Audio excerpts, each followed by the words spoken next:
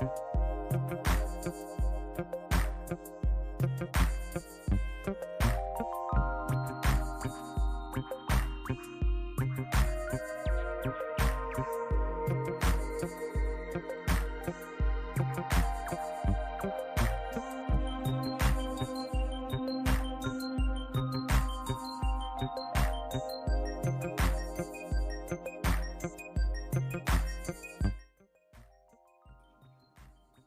gosh, this was almost like a Monday this morning. Jenny White making her panic first thing in the morning. Nothing like. Are we going to go on? What are we doing here? Yeah, you already have enough things to troubleshoot and to keep up with and to watchdog over and Overwatch. Now you gotta. And then you laughed at me, and I'm like, "What's going on?" Yeah. Yeah, unfortunately. All right, are you ready? Are you good now? Sure.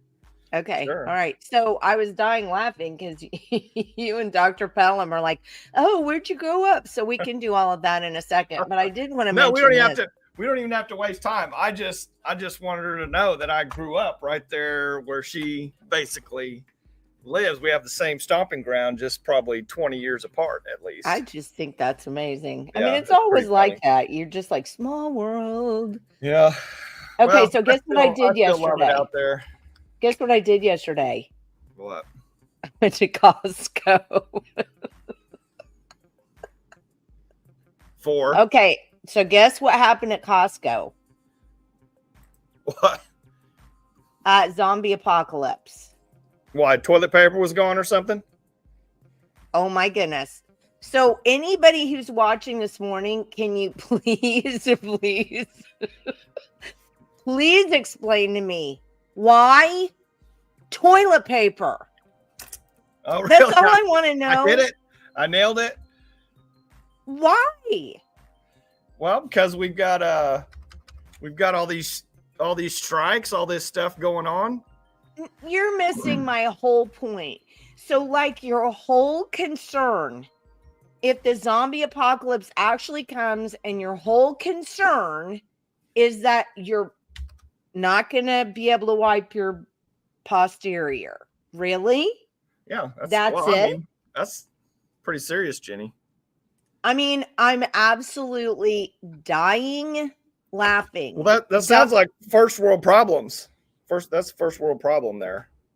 Well, it's so funny. I said, I turned around to one lady and I was like, hey, what's going on? Is it like the zombie apocalypse and I missed it or something? I missed like the announcement or something. Yeah. And she said, well, it's the first of the month because it was, October 1st yesterday. Yeah, it's the first of the month, but I think a lot of people are hearing about these ports and stuff like that. And so they're loading up on toilet paper. Hey, well that look, it looks like it's right on time for some type of epidemic. We've got the possible war going on. We just spent another $8 billion. We're over there shooting down all these missiles.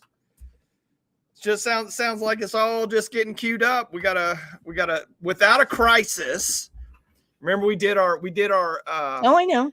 When I did our the podcast on the money. Remember what General I can't even think of his name. I see his General picture. That's an interesting name. Well, I can see his picture just clear in the book, just clear as day, where he said war is a racket. Literally, without crisis, we can't pull all our future money into now. We can't go into this massive debt. Speaking of that, I'll just show you real quick, Jenny.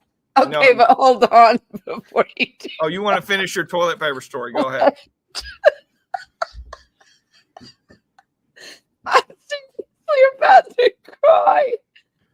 So Mary is on this morning and she's on Rumble. So she's been chatting a little bit this morning and she says, buy the $40 bidet attachment. No worries when it hits the face. Yeah. There you go. Oh my gosh, I think I just made myself cry. That's dying laughing. And then of course, Julia's right. It's October surprise. Yeah. Well, it was first. Yeah, it was General Smedley Butler. That's who it was. Oh, okay. Hey, you found it. Good job there. Yeah. All right. So what were you going to show us now? Well, anyway, you know how much I love debt and how crazy all this stuff is. Yep. Okay, here's our national debt here. Let me get on this screen. Okay, here's our national debt that supposedly, this is our debt, what we owe. Well, let's go down to a more realistic number that they're actually going to show us. So this is the U.S. debt clock. I use this all the time. Let's look at what's really happening in our country. So we've got here. Let's not and say we did. Yeah. Well, right here, what was this number? $102 trillion in total U.S. debt. Now, what that number is, that's credit card debt, that's mortgage debt, that's all the rest of the debt that's out there. That's just normal debt, $102 trillion. And then don't forget about our best friend down here. Let me see, where is it? Credit card debt? No, I mean that's it. That's in this number. That's in this number here. Let me see. You're gonna make me nauseous. I feel like I'm twirling around. Don't forget right here, U.S. unfunded liabilities, $219 trillion. That's all your pension funds. That's all your Social Security. That's your Medicare. That's your Medicaid. That's all just the BS that they just print money out of nowhere from a private federal bank or private bank. It's not federal. They just print this money out of nowhere. And one other thing, they just passed again, or they're getting ready to pass, or I think they just passed it, another extension for the government to go, another 2 or 3 months. Yes, I know. Yeah, you probably never in the past, you never really saw it constantly. Oh, we got to pass again. The government's got to pass this measure again. They've got to raise the ceiling again. They've got to do this again. We're at that point now, Jenny, to where we cannot operate as a country. We can't live our lives without massive debt. Now, you and I may not be in debt, or the people on this show, but most people are in massive, massive, massive debt. One day, that debt's going to be called. Okay, well, now that you depressed us all, yeah. Can we bring on Dr. Pellam? Let's remove all these bad numbers here. Okay, thank you. All right, thank you. Because I was thinking, oh my gosh. Oh, and then Mary says, and Harris wants to give $25,000 to buy a house. Yeah, talk about inflation. I mean, you're going to make it even worse. You're just going to take fake money, give it to people. The prices are going to go up even more. I mean, these people are insane. Their monetary policy, their monetary thoughts. There isn't a monetary policy. Yeah. I'm just pointing that out. All right. So shall we introduce our guest for today? Yes, ma'am. Go ahead. So Dr. Pellam is a teacher and has been a public school teacher. And she and I have been talking for some time. And she's got a very interesting story. And I'm not going to bog you down with all of the details because she's here to tell you about those herself. So I'm going to bring her in this morning. Good morning, Dr. Pellam. How are you? Uh-oh, you muted your mic. Unmute your mic. There she is. Oh, good morning. Good morning. Thank you for that segue, Michael. That was a ray of sunshine this morning, aren't you? Happy to help. He's like that all the time. Well, I mean, you can only work with what they give you, right? Michael, Mr. Ray of Sunshine. That'll be my next school board motto. My goodness. Okay, well, I'm going to call you Becky, even though you're Dr. Pellam, just because Dr. Pellam is a lot. But Becky, give me some background and give everybody some background on you. Just give your general background. Okay. Where did you come from? You came from Texas. I did. I was fortunate to work for a really fantastic school district in the Panhandle of Texas, and I was a junior high tennis coach and lead teacher there, and we were part of a great group. I would never thought I left. I had always planned. My goal was to get that 25 years of service from them. And then I fell in love with an Okie. And that's pretty much where my story starts. Oh, no. That sounds like a bad deal. Yup. And said no Texan ever. All my dreams have come true, and I'm moving to Oklahoma. That was me in the spring of 2021. It was, but you know, I'd always heard about the Oklahoma Panhandle from my dad. He and my mom were raised in Montana, and they rodeoed professionally. And in the 1970s, Oklahoma City had the National Finals Rodeo. And so my parents, yes, we did. You know, my dad had a lot of success there. He won the Saddle Bronc in 1977. Nice.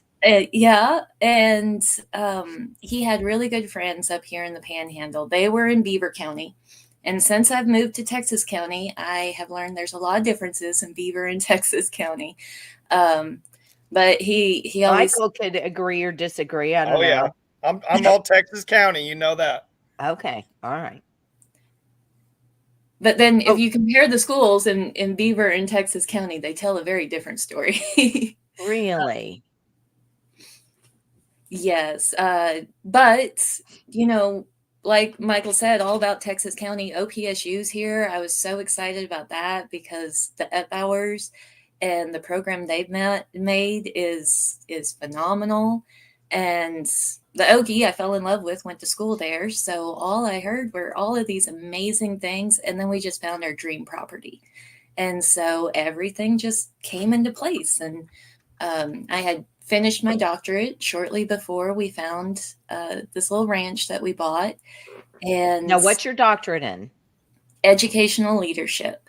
And I focused the dissertation that I wrote. I created the only quantitative instrument that measures an instructional leader's effectiveness in correlation to teacher retention and classroom instruction. Because in my research, I showed that those two factors are the most impactful for student success, but also cost us more. The most of our tax monies goes to those two factors. Interesting. Solving teacher attrition and then trying to improve classroom instruction.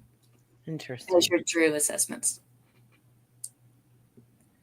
And so you finished your PhD. Did you? Now I know you worked out there in Guymon. So how did you end up getting a job there in Guymon? Well, they didn't have a history teacher position. That's where my passion is teaching history.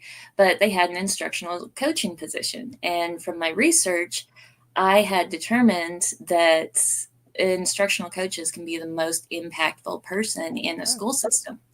And so I was so excited. It was Guymon. You know, I hadn't really heard much about the school system itself, but, you know, the Pioneers Day Rodeo is famous. Guymon is famous. I really thought that moving here it'd be, or that it was like the last safe hold of Western culture, because, you know, we have that Western background and strong ethics, and just everything about this move was everything I thought I had hoped for. And then I started hearing things, and people were saying, hey, don't go there. Don't work there. Anywhere but there. Go do something else. And I honestly blew them off, and I can be stubborn at times. And I heard those same things about Dumas before I taught there. And it was the best school system I have still come across. And so whenever I heard those things about Guymon, I was like, they say that about everywhere. To each his own. Yeah. Can we pull up my slides? Oh, yes, absolutely. There we go. Okay, now let me see. Do you have control? If you look down underneath your screen, can you see the slides? Can you actually move them yourself, or do I need to do them for you? I don't see where I have. I think you have to do it, Jenny. I think she only has control if she brings them in on her side. Oh my gosh, it's so much like living in America today. You have very little control over anything. Yeah. Sorry about that, Becky. All right. So you tell me when to change and I'll change Okay, go the ahead. slides. All right. By the way, this is an adorable presentation. This is so Thank cute. you. I wish I could do these. All right, go ahead. And so I know we've already started here, but just a little about me. I'm a mom and a wife, and we're working on starting our little ranch out here. We have Coriani cattle and performance horses. My parents trained cutting horses while I was growing up, Oh, wow. and so we still rodeo a little bit and try to raise nice horses. And then I've always been a lifelong learner. And so while I was earning my undergrad at Schreiner, even that early, I was a tutor and note taker for the university. And it really it gave me an inside track to education, even though at that point I was still determined to be the next Indiana Jones. That was what I wanted to be growing up. I love history, and that's awesome. And so I was really sad once I got to Texas Tech and I'd finished most of my coursework. My professor set me down and he said, "Rome is dead. Find something else." And so I'd spent all of my career up to that point studying late antiquity and the fall of the Roman Empire, and then Rome is dead. and that was kind of my experience at Texas Tech. It was eye-opening, the business aspect of education and academia. And because of that experience, I stepped away. And I went amateur rodeoed a little bit and came back to help my dad with his trucking company. And when you have a one-truck trucking company and the motor blows up, you have to figure out, you have to find something else to do real quick. And at that time, we were living at Channing, and they needed a 5th grade teacher. And so Channing is a itty bitty community, a fantastic community, but teeny tiny. I think I taught the entire 5th grade class, and we started with 8 kids and ended with 10 that year. Oh, and kind of nice. It was a wonderful experience in getting into education and learning how to be a teacher in a community that cares about student success. And so it was a nice introduction to the industry that is completely turned on its head since then, as far as my experiences go. But I taught in Texas for 7 years, and between UTSA and Texas Tech, I was a graduate teaching and research assistant for 5 years. And then I came to Oklahoma, and I've been a certified Oklahoma teacher for 4 years. You ready? Yes, please. Okay. Just say next. Okay. And then we started understanding how I came to Guymon, and I was so excited about that opportunity. And the people I met before the school year started were so kind and so welcoming. It was so bizarre that on the first day of school, it was like a switch flipped and everybody was angry. And I'd never experienced a situation where the central office and building administration was at war with each other, as well as the teachers, as well as the parents. Like it was all factions. And if you didn't have the right faction, you were a target. And so it was just bizarre that simple things, benchmarks, typical places when you're at a school, you give a benchmark, which is an assessment of what a student should learn by the end of the school year in that given class, in that given course. And so it's kind of like you give the end of the year assessment at the beginning and at the middle of the year, so you can figure out what your kids know, what they've learned so far, and what simple, right? Yeah. Half of the high school, theoretically, but there had been such a power struggle happening, and I still don't understand the deep lying things that happen there. I may never know. The work that Visit and Mary uncovers, I keep seeing this growing trend of the really entrenched corruption that's slowly coming to surface in all of our, or many of our communities. And I think something like that is happening. I don't know exactly, and I'm not in the position to be able to understand those things. They're exactly happening at Guymon, but they had a phenomenal principal that year. And like I said, day and night from pre-service to the first day of school, what his personality was like complete Jekyll and Hyde type thing. How bizarre. It was. I had no idea what was going on most of the time. In September, for 2 weeks, a string of fights broke out. And then a teacher was attacked from behind. A student was care flighted out. There was rumors that they had been curb stomped. I don't know exactly, because I felt like I was always intentionally left out of any loop that was going on. And because of that, I always tried to, okay, so what's my lane?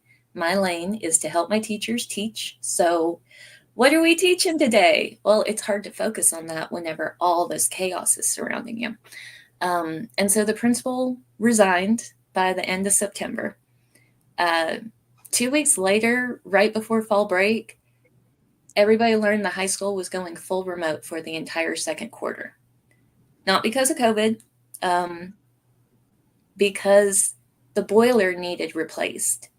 And from what I understand, they didn't tell anyone that they were needing to shut down the school to replace the boiler. For some reason, it couldn't be done during the summer because funds weren't available from the state yet. But then other people say it was because they were trying to use that to make sure the bond passed, and the bond had failed. And so in retaliation to the community, I don't know, again, lots of rumors, lots of things I don't understand, but we went full virtual in the high school for the entire second quarter. Wow. Well, other people that are on here, I know we have several people on here who know way more than me. But it's my understanding that your building fund, you're supposed to keep your building fund up, and your building fund should pay for that. So there shouldn't ever be a time when you're going, oh my gosh, I can't repair a boiler. People who are on here, help me. Wrong? Yes, please. Because I know there's something to do with, you can only spend certain funds. Certain funds have to be allocated for buildings. And it's crazy because the 3rd and 4th grade center school that is still being used and has been still being used, parts of it is condemned, but they couldn't afford to fix that. Still, this is like a long. This is Guymon, Seaborg Farms, and they just passed the bond this last year, so they're working on it now. But at the time, and still to this day, this part of this building that kids are learning in is partially condemned. But in 2020, they spent $250,000 on a new jumbotron for the football field. And so now we know priorities, right? It's all about priorities, because I can tell you this, and Michael can back me up on this. If you have a large company, I'm not exactly sure what I want, because here in Luther we have the Redbud electrical plant. Well, Redbud is inside the Luther School District, and they actually they pay money to the Luther School District, and it's not a small amount either. So Seaborg Farms would be doing the same thing to Guymon School. So for Guymon to say they didn't have money, I think seems a little goofy. Now, Mary does say, what would the district have done before virtual learning was an option? That's kind of a good question, actually. What would they have done? Just pitched all the kids out in the street? Or moved them into there was talk about having certain classes meeting at different churches or different activity centers throughout the communities. There were different ideas being pitched to not go virtual, because virtual did not go well as far as engagement in this community. Well, that's a shocker for me. and I'm not trying to dig up old dirt here. It's just there's a lot of things that didn't make sense, all based while all of that's happening. I was trying to also get the teachers to just simply turn in their benchmarks, which was being a huge embattlement. Half the teachers absolutely just refused to work with me, let me in their classrooms. They would have like polite conversations, all while saying, no, you go away, because there was this perception created that the instructional coaches were central office plants, stooges sent to spy and it was the weirdest thing because I hadn't even met their superintendent until about 2 or 3 weeks into the school year. And everybody thought that I don't know exactly what, but they thought lots of things. And it was just crazy to walk into that kind of atmosphere and perceptions after finishing the research and the work that I did. I thought that I'd landed my dream job and that here we are. I'd done my research. It was a school where ACT scores struggled to be in the double digits. And so there was lots of room for growth. And having conversations with the assistant superintendents and the principals and all those things before the school year, it just seemed like a team that was really ready to turn things around. And I still don't understand the chaos, except that it falls into the repeated systematic trends that keep popping up whenever you do a deep dive into Oklahoma schools. And I'd never seen any of this before.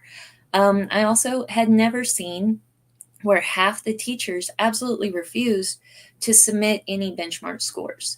And it had become known that these teachers were refusing to do this.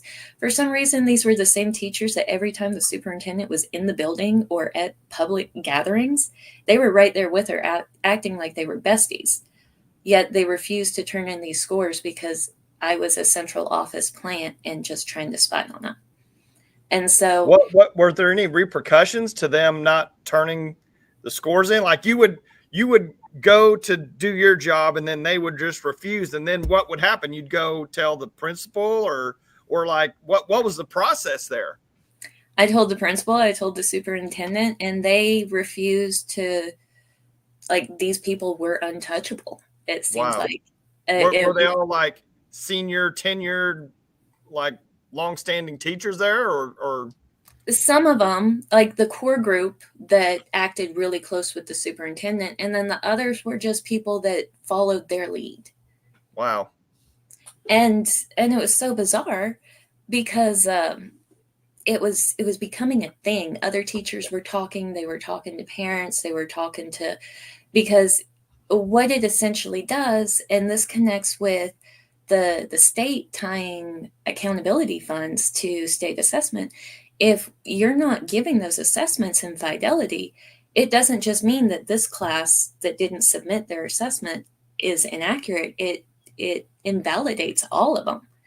And so the teachers saw that and they were talking to the school board, and the school board finally said, okay, we want to report on the benchmark reports by school. Have the instructional coaches give us a report at the next school board meeting. And so we were sat down as instructional coaches and told that we were going to do this and we were going to show what it was supposed to look like. And I'm like, no, this has been an ongoing problem all year. And so I was pretty much told how I was going to lie to the school board. And so I reached out to the school board president and explained everything to her. At that point, I had always followed chain of command because and people tell me this, like, I don't know, sometimes I think it's a little bit of an insult, but I believe in the system. And I believe that if we do the system, follow the system of education-wise, that it will work if we do it authentically when we're talking about authentic learning and closing learning gaps. And so those were the conversation that I was trying to have and the changes I was trying to make, and they were systematically being shut down. And so I reached out to the school board president and let her know. And it was everything that she needed to know, I think, to piece the puzzle pieces together. Until she said, okay, I need you to talk to our vice president. He's been in this for a long time. He knows all the ins and outs. And so he called me later that week. I sat there, told him everything that I had told her, shared with him everything. He was like, okay, well, I talked to the other people and they said you're lying and you're just trying to get their jobs and you're causing trouble. Wow. And that was the end of it. The next day I was brought in, they said, okay, well, next year we're not going to have an instructional coach at the high school. You can have this reading interventionist job if you want. And we all politely said, thank you for your time. And we went our own way. And it was the craziest thing. Now, I looked into that vice president later, and he has been the president of the OSSBA, vice president, treasurer. I think he's had every position with the OSSBA. And he's a local corporate farmer, high production ag producer. And so listening to you guys' podcast and rope and putting other things together, I'm kind of like, that kind of makes sense why I was just absolutely shut down. Why it all happened in the first place, I have no idea. I don't know why that principal resigned like he did, because he was a good guy. He was a good principal. I think you answered your own question. Clearly, they didn't really have any interest in good. And I have to say, I mean, wow. If that's not kind of an indictment for OSSBA, which we've been on for years, that's just good night. Have I missed slides? No, we're still here. Okay. That was just all on the left-hand side. So then I took a principal position, and I was so excited about this. It was a small school just like Channing. It was actually the first team that Channing played against. And so for me, it was just everything positive, small school, wash our hands of what happened at Guymon. I may never understand all the things of why that happened the way that it was, but I was so excited to just put all that behind me and start at the second school. And I can't say much because I signed a do not disclose, or what are they? NDA. Yeah. But before school started, I just think this is interesting. This is Mary. When's the last time you heard about a certified teacher being fired for low student performance? There's often no motivation where there's no accountability. Absolutely, Mary. And none of those teachers got written up. I got written up for saying that I wasn't going to lie to the school board. Wow. But none of those teachers all year that refused to turn their benchmarks in were written up, reprimanded, anything. There weren't even conversations with them. I mean, maybe personal, but there had to have been a reason why they were so empowered to not turn anything in. I feel like. And the local school board, the school board there, they knew about all of this also, correct? Yes. So ultimately, their representative, the people they represent, they're the boss. They're actually letting all that happen themselves, not just the principal or the superintendent, but the school board themselves are allowing that standard and that practice to go on. I just want to make sure everybody knows that. And that school board president tried real hard. She ended up stepping down as president because whatever happened, that I don't know what happened, she ended up stepping down as president, and the superintendent ended up resigning to be assistant superintendent at Enid. And so it's different people now, except that vice president is still on the school board. There's new school board members that I'm real hopeful for, but I don't know. I wish I hadn't assigned it because there's some things that I really wish I could share about that. So this is the second school. So this is the one that you went to act as principal? Mm-hmm. Yes. And they drove you out and made you sign an NDA. Well, it was kind of a situation where I uncovered a lot of things that were not kosher at all. They drove you out. If I didn't fight for the superintendent, it was I either go or I stay and fix it all. And yeah. I couldn't stay and fix it all because half of the staff was his relatives. And so. Yeah. Oh, Mary, you'll love that one. That's one of Mary's favorite. She loves that one because how much stuff have you found, Mary, from oh, so and so was related to so and so, or was their spouse? Didn't we just find something out about that, Mary? I mean, and they use the same crappy ass every time you say, well, there's too much, you guys shouldn't be, involved in the school. Well, who else are we going to hire?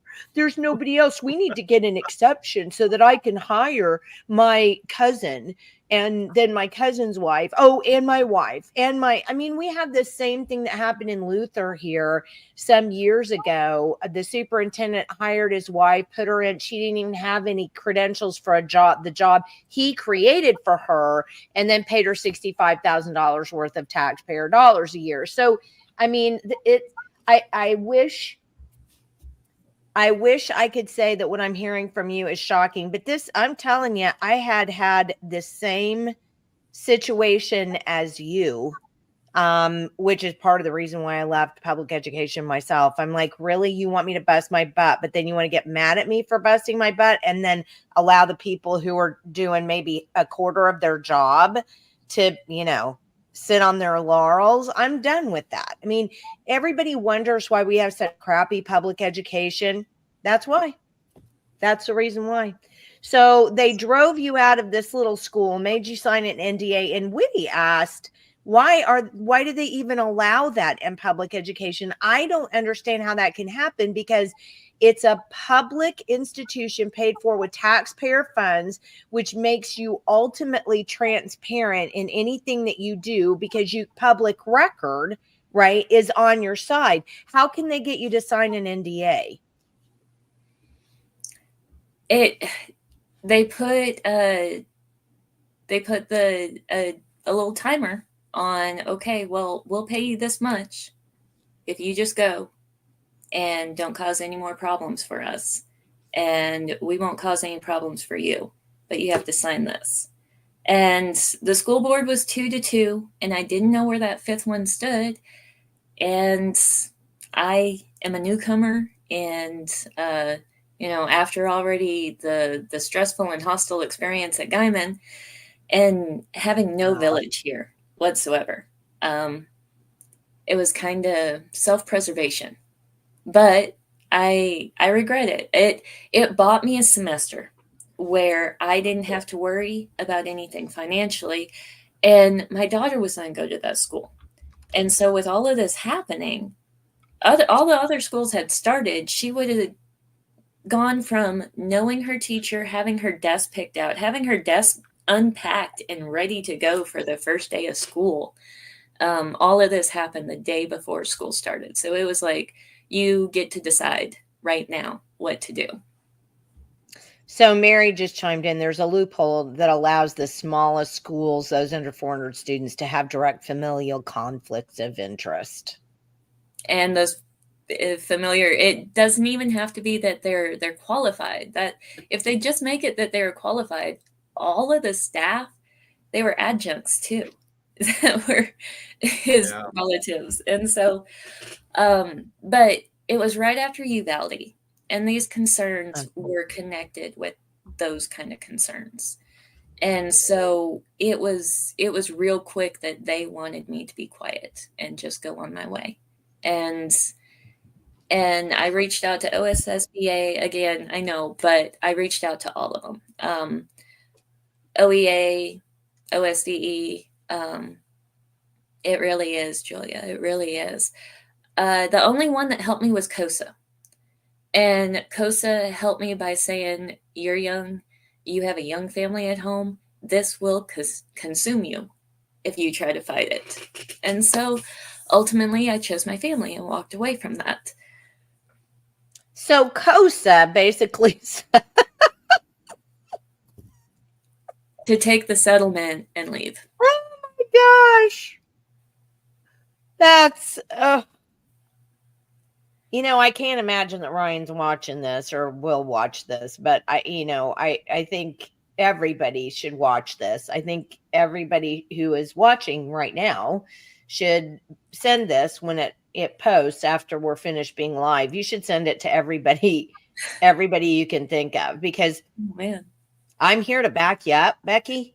I promise you, I've had the same problems. So, and then think about how long ago I was in the school system. So what, I got out in 2002.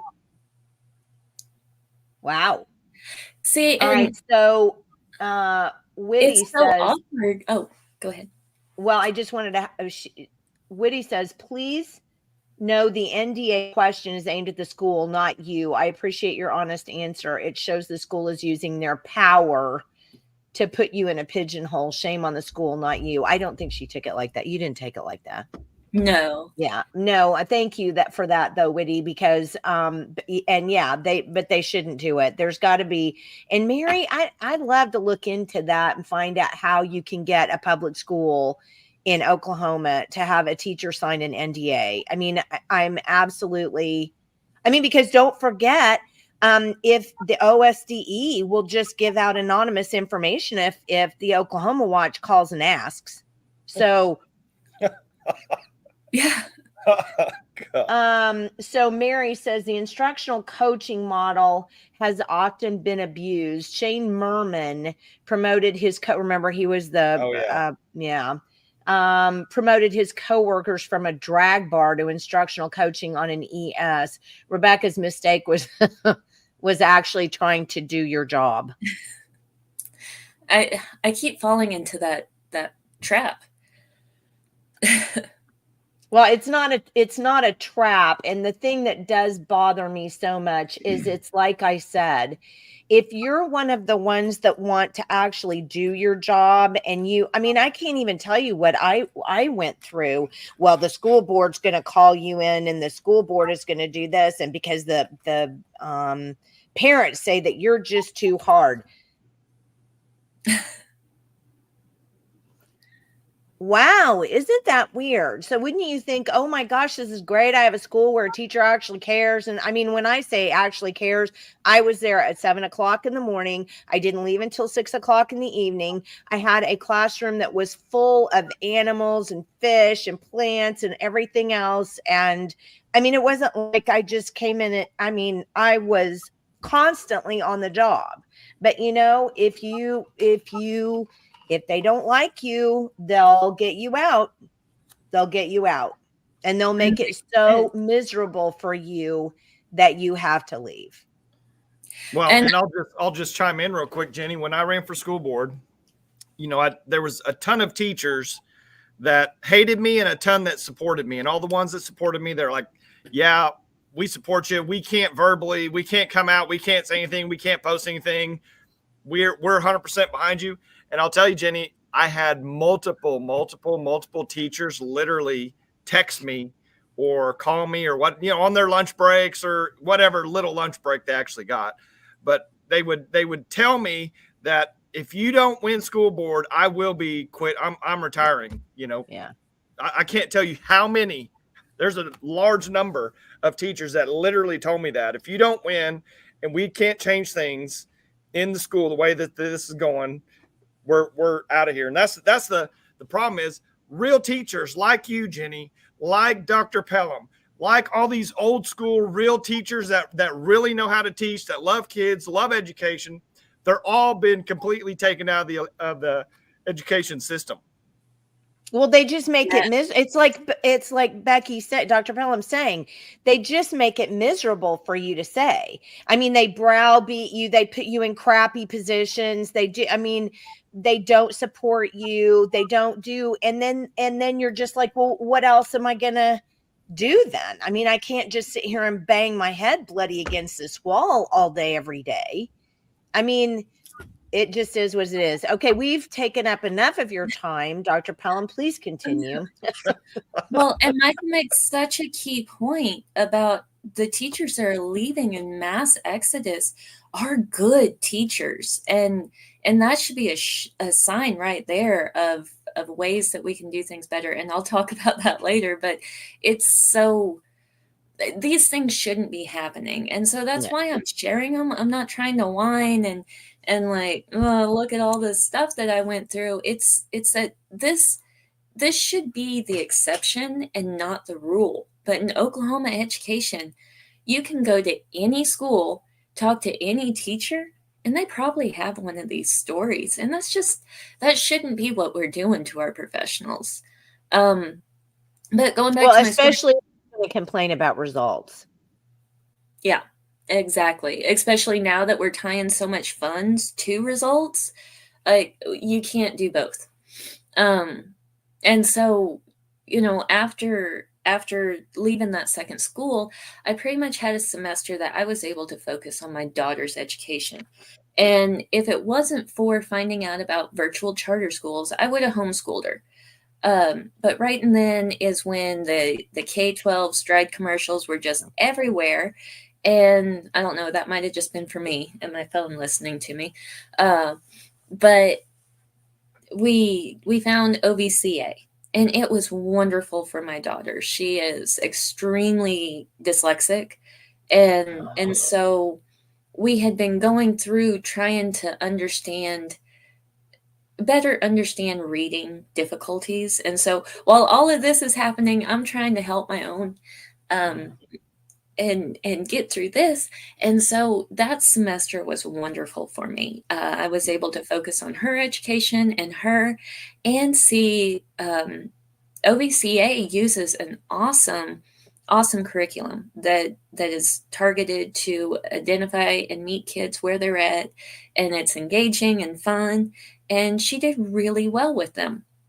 And so by the end of the semester, I had looked into other virtual charter schools in the state, and I had found DVA, and they were advertising for high school English and middle school social studies. And so Now, this is Dove Virtual Academy. Yes. And I'd never heard of Dove schools before at all. I was a little surprised when I met for the interview, and everybody was Turkish Muslim, and it wasn't like that was a problem by any means with me. I had been tutoring for testing moms for a long time, and they outsource. And so I was just thinking, okay, maybe this is a new trend in education, or maybe this group, they advertise being STEM focused. And so I was excited. While doing my dissertation, I had gotten into statistics and the complexities of statistics and the fun problems you can find solutions to with statistics.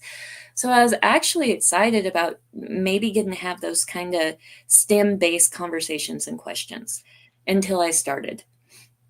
And once I started with DVA, it was so surprising how little conversation was about student learning itself. They use this program called Edgenuity, and it's what EPIC uses as well. And so what Edgenuity is traditionally,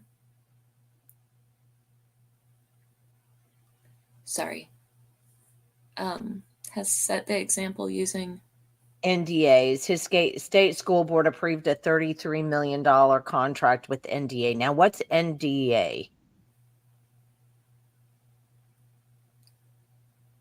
Oh, that they made that agreement with a non-disclosure agreement. Oh, gotcha. Yeah. Okay. Sorry.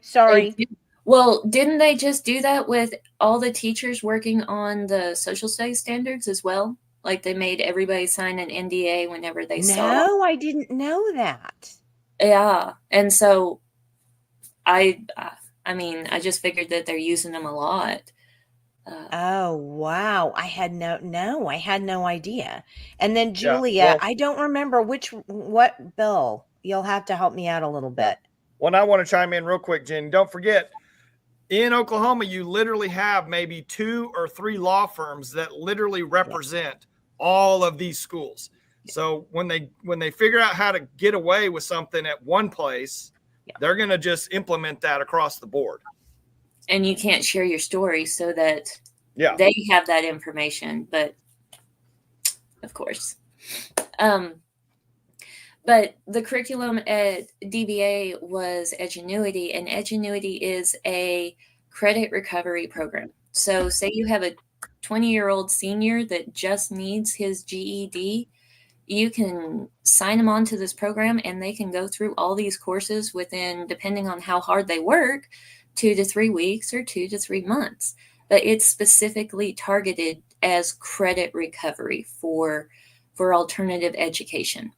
And if you look at the last state school board meeting, there is an entire long list of public Oklahoma brick and mortar schools who are getting approved to have their own alternative education program. So that means they can provide edgenuity and do this credit recovery and help their own students without these students going to virtual. And the school board okayed that. The state school board okayed that. Yeah, all the alternative. So much for this idea of, I mean, I guess at least we're getting Bibles in schools because we're not getting any education in there. No, and that's another rabbit hole.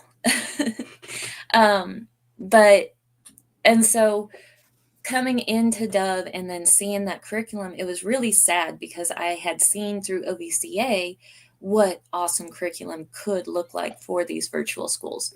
And so I supplemented a lot of my own. We had a lot of live classes. And so in my live classes, I covered what the students were going to learn that week in ingenuity in my 1 live class or 2 live classes that we had a week. And that first semester was great. I really enjoyed it. There was very little oversight whatsoever. Nobody really had any idea what I was doing in my classes, and I'm out here in the Panhandle. But for me, I was able to make my own materials and really focus on authentic learning until I came back the next semester and learned that I was the entire high school social studies and English department all by myself this year. And so at that first year, and I have my list, at the first of the year, I started off teaching 12 classes, English 1, 2, 3, and 4. How can you teach 12? How can you even create 12 classes? How could you manage 12 classes? And my son was 3 months old. How many students were you doing this for? There was about 100 students in the high school. Oh, so, for Pete's sakes. Wow. Oh, my goodness sakes. And so I had all of them for whatever English classes. They were in 2 English classes, their content English class, and then their English enrichment, which is where we focus on ACT, SAT things, because the school really pushed national merit and preparing for the ACT, except I'm going to show you guys later that all of this stuff was just lip service. They didn't mean any of it, which is why they were able to just give me all of this and be like, okay, we need you to cover this. Because I also taught English enrichment 1, 2, and 3, Oklahoma history, world history, U.S. history, AP U.S. history, an advisory class. And then within a couple of weeks, I was asked to teach AP psychology as well. And so that was how I started that year with a 3-month-old. I was also the editor of the newsletter and the NHS and NJHS sponsor and literacy club. They wanted to start a literacy club where we met once a week after. Becky, I'm not sure if this will help you in your life to come, but there's a little word. It's like monosyllabic word. And it starts with N. I met with my principal and was like, is this a mistake? And he said, now, Dr. Pellam, I want you to understand that we are under, and I'm trying not to have an accent. I'm not trying to be rude whatsoever. We are under at-will contracts. So I completely understand if this is too much. I just want to let you know that your contract is at will. Been threatened with that as well. So if they don't like what they tell you, they'll just go, well, Jenny, we're an at-will state. I mean, you could get an attorney if you want, but it doesn't really matter. We're an at-will state. And as a new mom, I needed this job. And so, and then another compounded on all this. Now, the state is really promoting Horizons, and Horizons is being promoted as a virtual consortium of courses that it's I think it was intentionally started for the virtual schools, but now all of the schools can enroll students in it. I think, from what I understand, I don't know, they were supposed to have a presentation on Horizons at the last Oklahoma Charter School Board, and they postponed it. The director wasn't ready for it or not. But what Horizons did to me last year was they don't accept students until September 1st, or they don't let students know they've been accepted into the program until September 1st. So you have a whole bunch of your advanced students sitting there twiddling their thumbs until September 1st starts. And then they find out if they get to even start the program or not through Horizons. If not, and that was when they rejected some of our students, all of a sudden I had a lot more classes, because my AP classes that I had started with teaching, now those students that were rejected from Horizons were put into a different section. So they're at a different level of the coursework. And for some reason, the Edgenuity assignments that they had were completely different than the Edgenuity assignments that my other students had. So it was like a completely different prep. Same content, completely different prep.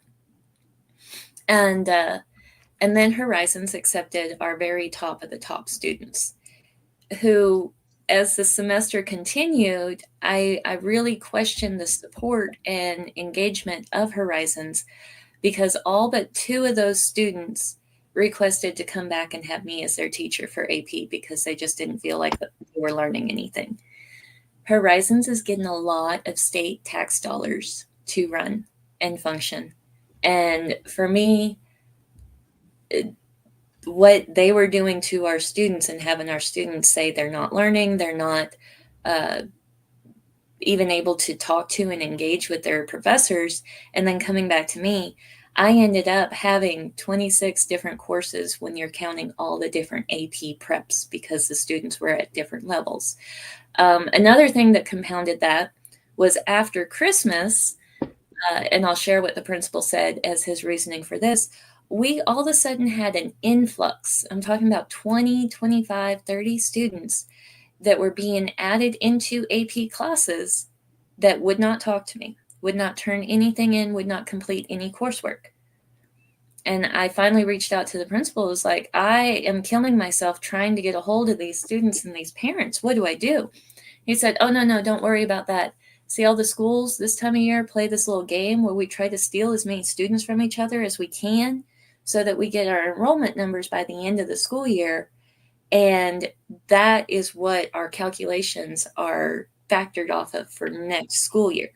So you might not have to be doing the work of 2 or 3 teachers next year and only be paid as 1 teacher. Maybe we can get you a raise. Wow. And so at this point, I'm at my breaking point. Well, I was at my breaking point at Thanksgiving. And yeah, I'm like, I don't even know if we can talk anymore, because you're obviously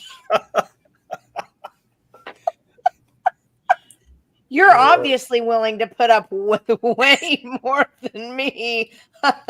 Just I'm like sitting here aghast, basically, at everything you're saying. But continue, so I can be more aghast. Well, I was teaching what I loved, and one good thing about virtual education is that it's not like brick and mortar where you're having to fight to keep everyone's attention. The kids that you're getting to work with virtually are the kids that actually care. If the kids that don't care, they might sign on and they'll have some sort of image or something there that makes it look like they're there, but they're not interrupting you. They'll be off on another tab. Good point. And so the thing that kept me going was the actual teaching. And the kids I had really cared. And so they were what I was able to keep going for. And I really do love teaching. English, less so English than history, but I still love teaching English. It's a love-hate thing with me. So teaching kids how to write is painful, but once they get it, it's so awesome. And then I just love teaching anything history. And so that was what kept me going until I got really sick after Thanksgiving, and I was struggling. Stress will do that to you. Just FYI. And 4 days after Christmas, I had an emergency uh, uh, a surgery, and Oh, yeah, and if I talk about it, it might be triggering to others, and I might get emotional. So I don't want to do that. But yeah, that's fine. it was really traumatic for me and our family. And while I'm going into surgery, my phone rings, and it's the vice principal asking me if I could pick up advisory again, because at Thanksgiving they said, okay, we'll take your advisory course, we'll give that to somebody else. And they were calling me to say, we need you to do advisory again, which I focused on on growth mindset and Carol Dweck teachings. And so it was real positive.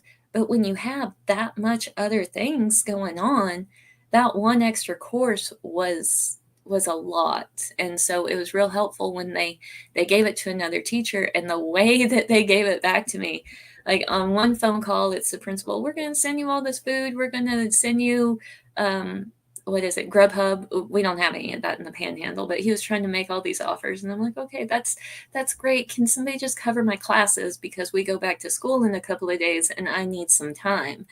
And no, that wasn't okay. They needed me in class. And so everything really came to a head for me when we came back from spring break. And sorry for everybody, I'm jumping around a little bit, but we came back from spring break and we had our in-service day. And this is when I am explained in an open public in-service meeting what FAE and non-FAE is. I had never heard, because I'd never been on that side of the paperwork before, but understanding what full academic year students had when it came to accountability measures and non-full academic year students. So all of these accountability measures that when we look up to the school's A to F system, that's only factored in for the students that are at your school for the entire school year. And so, and when I questioned the principal about this, I don't know if I believe his answer or not, but it was the answer he gave, and it was the answer that really solidified the fact that I was at the wrong school. But he said that he and the superintendent had been in a meeting with the state superintendent in the governor's office, and they were explained that this is how you get your C to a B. And it has to do with how you categorize your students. So I had found out the special ed teacher reached out to me, and she was like, I can't keep doing this. I can't keep doing what he's asking me to do. He had given her a list of students to call and tell them that they were being unenrolled from our program, that they should either look at enrolling into one of the other virtual schools, or they could re-enroll with Dove after a 2-week break. These students didn't unenroll themselves. They were unenrolled from the school. And these were the students that were flagged as either would not travel to the school office to take the state test, would not pass the state test, or would not show growth on the state test. And those are the students that were on this list. And, for privacy and everything, I can't just show this list, but I have the list, and I'd be happy to show the redacted copy showing that they did this to 40% of the junior class for the college and career readiness assessment. So for the ACT, for the accountability measures, for the high school, which they are very proud, they had 100% of their students show up and take the test. 100% of their students showed growth. They're very proud of their results when they doctored 40% of the reporting categories. And this, for me, this solidified everything. That the fact that DVA is doing this, and they're using Epic as getting away with it from before, the fact that Epic did this and got away with it, nothing really happened to them, is the reason why it's no problem that they're doing it. And so you have these two virtual charter schools that are really Dove is really being promoted as the premier virtual charter school in the state.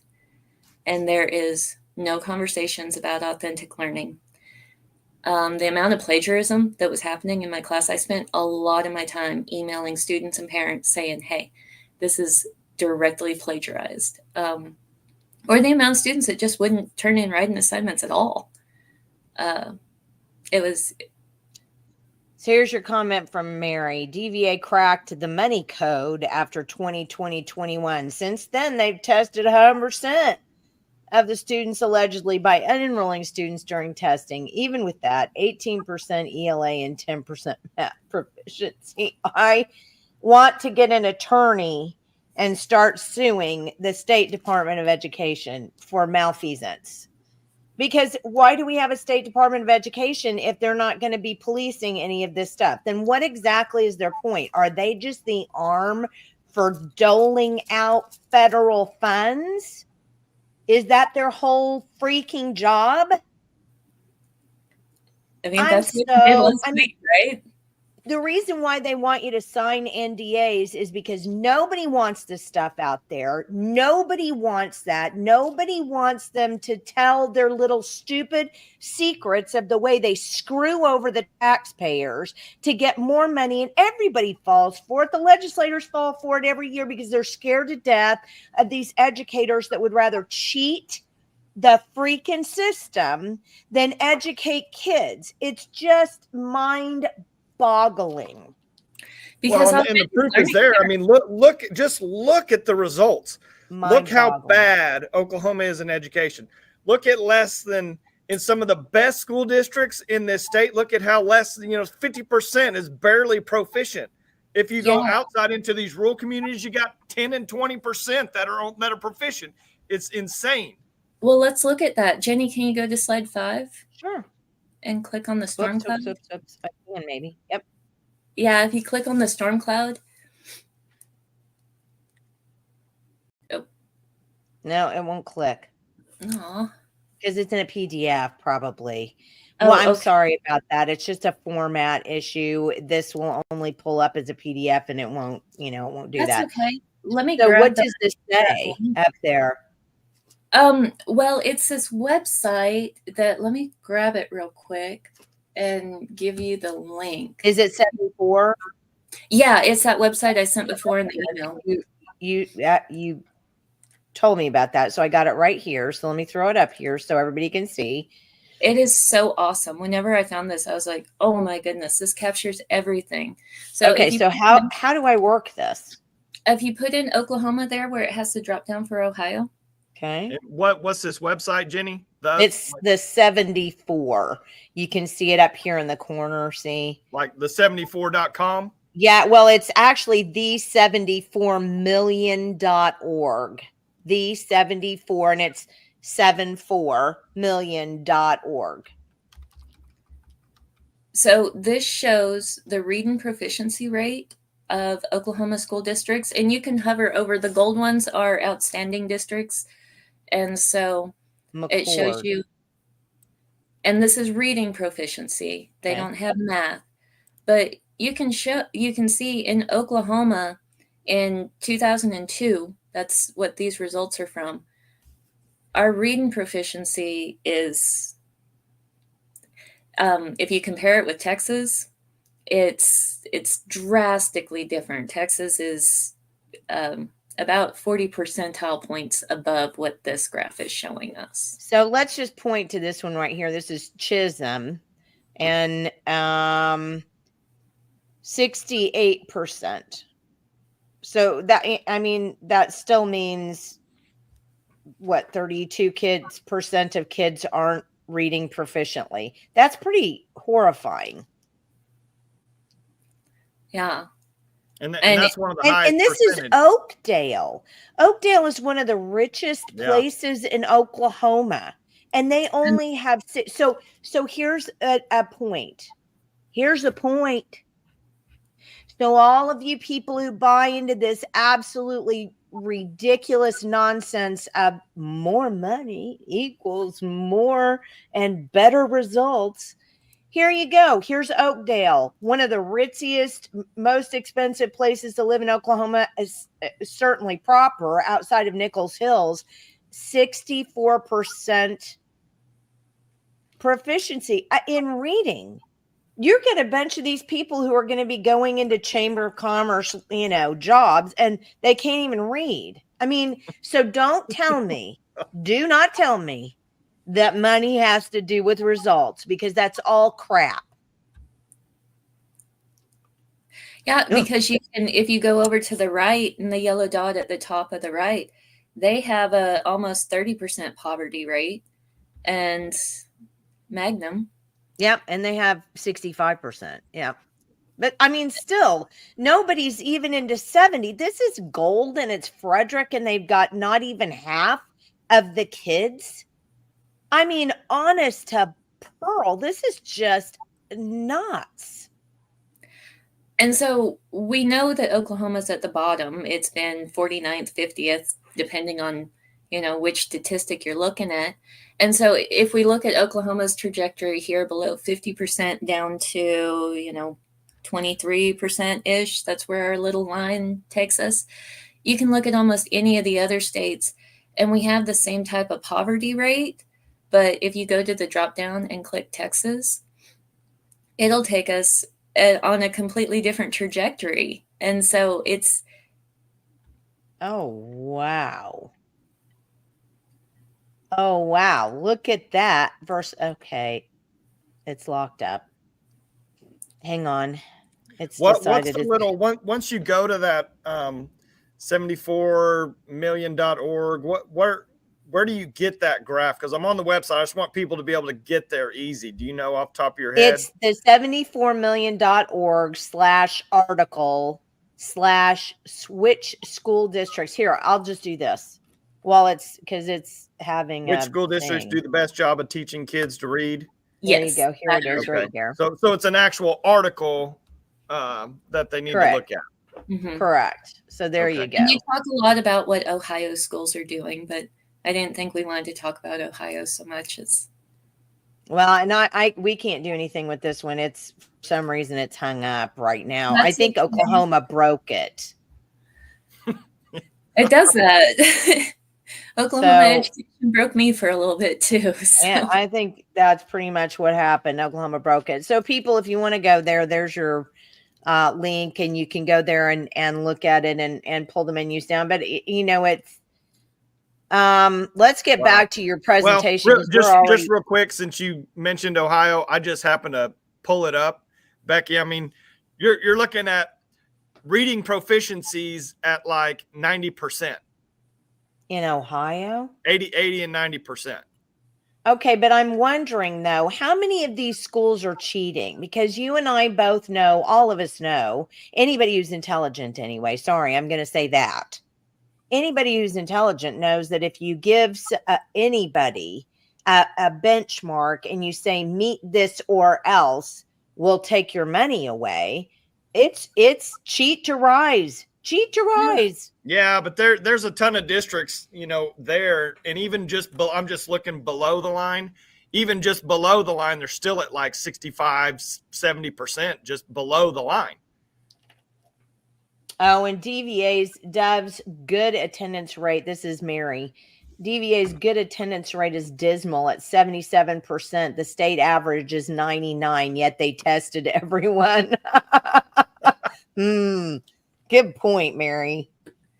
Yeah. And I mean, so when I learned everything that they were doing, all of my effort was a waste. I know it wasn't a waste for those students, but it was, they told me all year whenever I brought any issue to them, whenever I tried to explain, no, our juniors have to take a U.S. history test. I couldn't even convince them of that. I didn't even have that much of a voice to say, no, the CCRA consists of all the ACTs, so English, reading, math, science, and U.S. history. And they're like, no, U.S. history isn't a tested subject. Dr. Pellam, I mean, obviously you're a massively overqualified just teacher. You're able to take on all this stuff, do all this stuff. We know that there's a teacher exodus, but in your opinion, what is the point of getting someone like you out of education? I mean, is there a motive behind it? They don't want you asking questions. Is it a financial, like you're going to pull a string and there's something that happens? I mean, why do they not want someone as qualified, overly qualified like you in a school district? I don't know. I hadn't encountered this in Texas. And well, see, I have this theory about it because I've taught in several Oklahoma public schools, and I know what these teachers are like. And they do not want you showing them up and making them have to do any extra. The teachers that I knew, the vast majority of them, they want to come in, collect their check, and get out. They're not going to do anything extra. They're not going to do anything.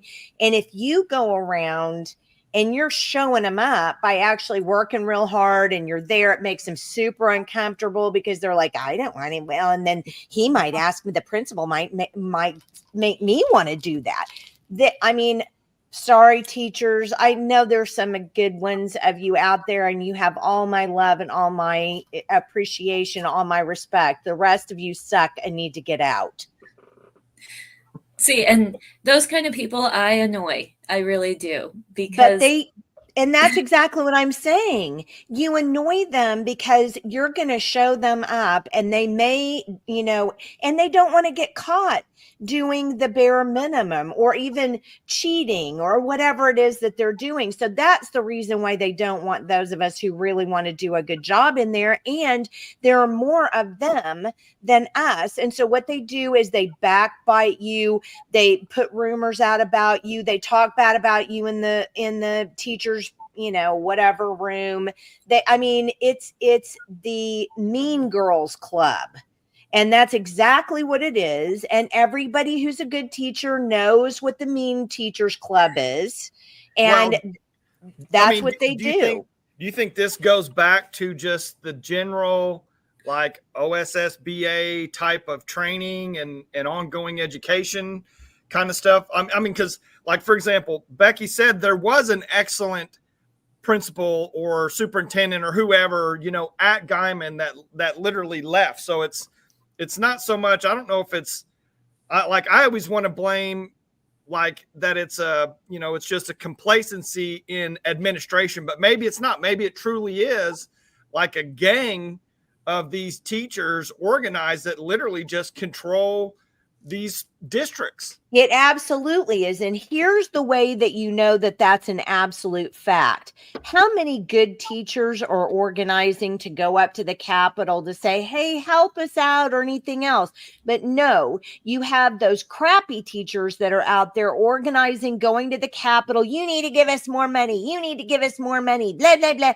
Yes, that's the gang.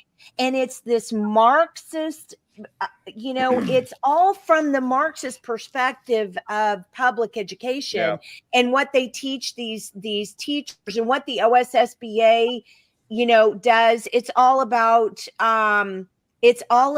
reorganizing a child's ability to think about their surroundings, not teaching them anything that's actually going to help them in reality. Because if you can reorient a child's way of thinking, you can make them think anything, even if their parents, are trying to tell them something else. That's what Marxism and this whole way that Marxists took over public education, that's what they did it for, is to make public schools propagandizing tools. And the best way you do that is by reorienting a child's way of thinking and not putting any effort into actually educating the child.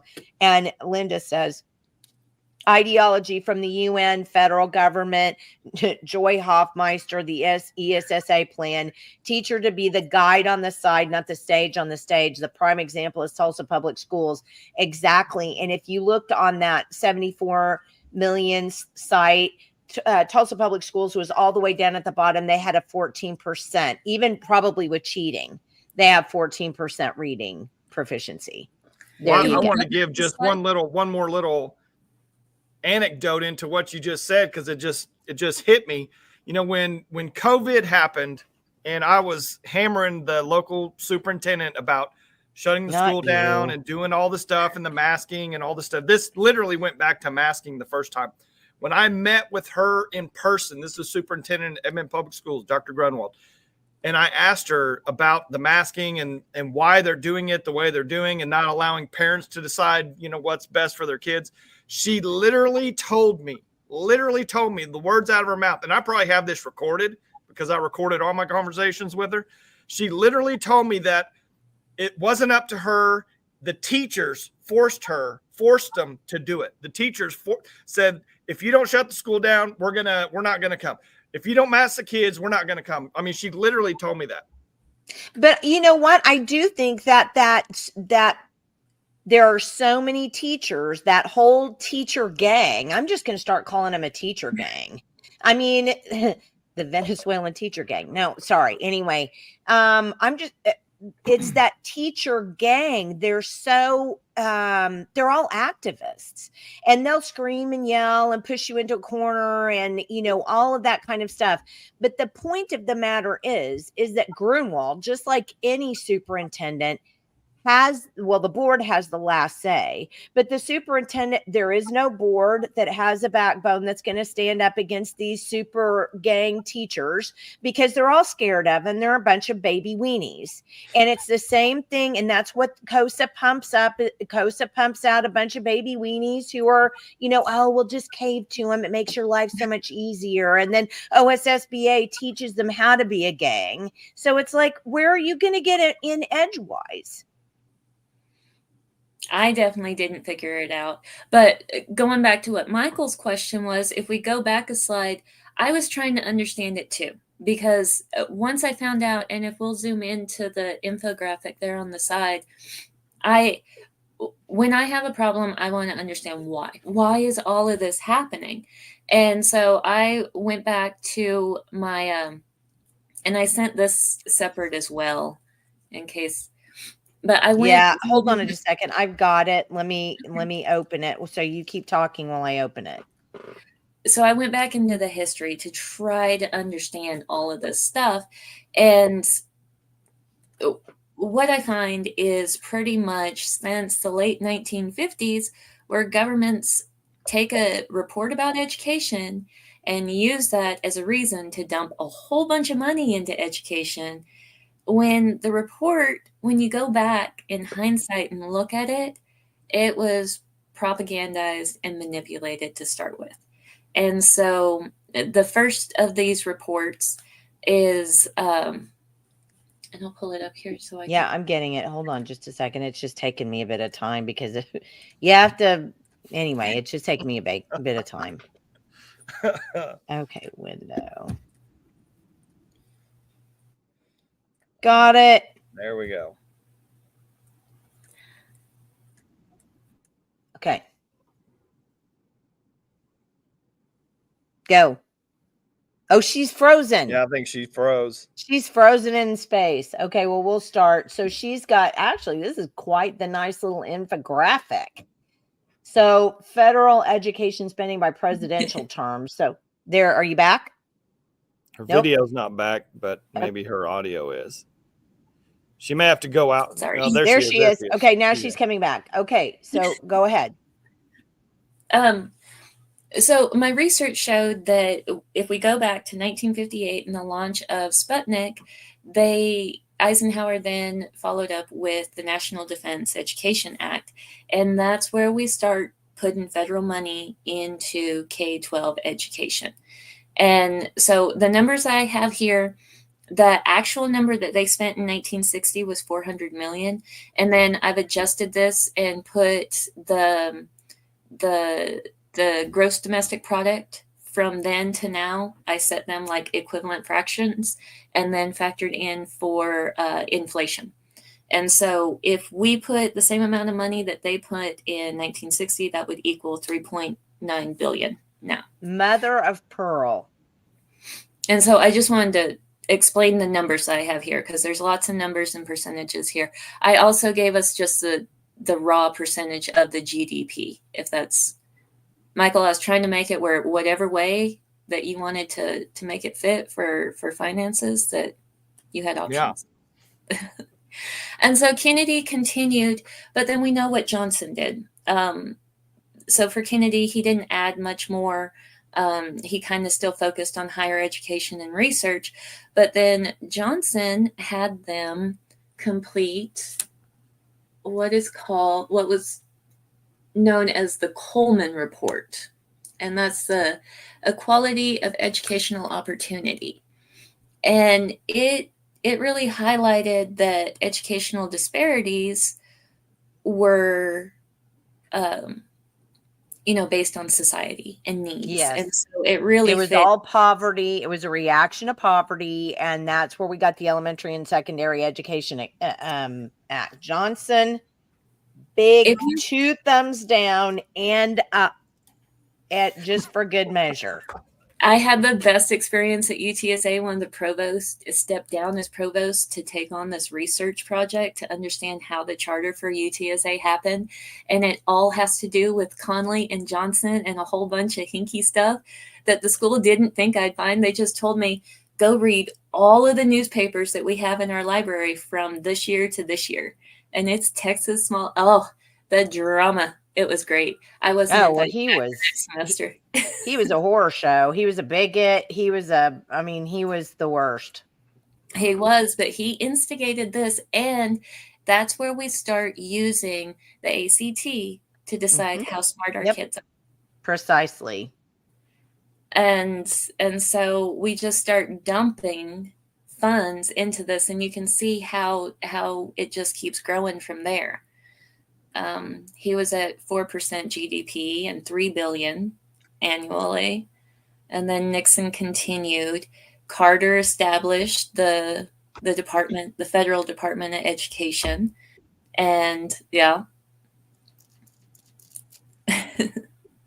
And Reagan, my first vote when I was 18 was for Reagan for president. But I'm telling you, Ronald Reagan screwed the pooch. He could have gotten rid of the Department of Education, and he didn't. I will never forgive him for that.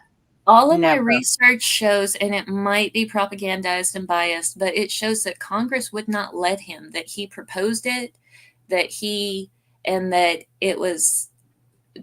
I was young during that time. And so, you're a history major, and you understand that because we learned this from Obama and Biden, that all you have to do is an executive order, and you get to run the country however you want. Congress is, that's just there so that taxpayers can suck down more education, more taxpayer dollars, and the people who are sitting there get to have these wonderful, wonderful retirement packages. That's all that's about. And Oklahoma education has a great point here as well. See, Reagan's vice president was Bush, and HW was pushing for us to have national standards. And so he commissioned the Nation at Risk report, or was a big hand in it, because Texas model was being pushed because Texas had created their assessments and had this entire education plan and program. And, I don't want to say too much bad from it, because it's a lot of the stuff that, in theory, if it's done correctly, I still believe there's areas that can produce awesome results. But the Nation at Risk report, of course, manipulated and manufactured a lot of stuff. And then we weren't even, what was supposed to come out of that was national education standards under Bush, but we couldn't agree on those. And I don't know if we'll ever be able to agree on those. The standards really do. They are the cart before the horse. We have to have either. Oh, she's frozen again. We need to move her in from Guymon. And it's 1:30 right now. Or an hour and 30 minutes. And we all know, because Linda can tell us about this too, what ended up happening with Clinton and Hillary Clinton and Mark Tucker at the locality. Uh-oh. I don't think she realizes she's frozen. Uh-oh. Okay, there we go.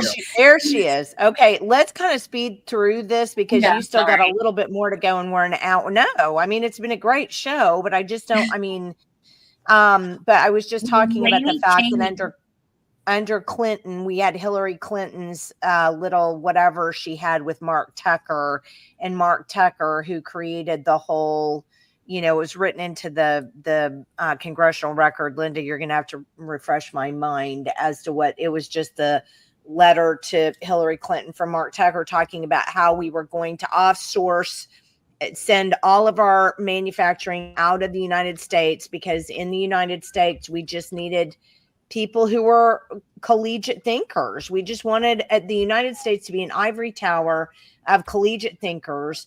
And this is what started so much of what we're seeing right now, where we have no industry in America, but we're trying to make every kid go to school, even though they only have a 12%, go to college, even though they have a 12% reading proficiency rate. And that entire era is where the education system, they failed us because they needed to produce what was being talked about and discussed authentically. And all of this could have been, education can be fixed so quick if we could just have authentic conversations about actual learning and not the manipulated everything else. That was it. Linda says H.W. Bush appointed Clinton and then the governor of Arkansas to head up the education standards work with governor. So that's where and then Laney Cheney put a wrench in the whole thing and made it all the money they put towards this was completely squashed and argued about over the semantics of the social studies standards. And so then we push forward the failed Common Core. Yes. And that was Obama. That was under the Race to the Top initiative. That was all of this kind of stuff. But it was the standards that were failed to be created, that if we needed those standards, that they spent all of that time during the Reagan, Bush, and Clinton and Bush 2's era talking about standards and spending all this money and all of this time and effort. And then they gave us crap that they pushed forward on everyone. And then all the teachers and schools had to reject it. And so think of all that time, energy, conversation, and look at the money. That's just absolutely wasted. And no wonder our education is tanked because none of it was authentic. It was all manipulated and handized.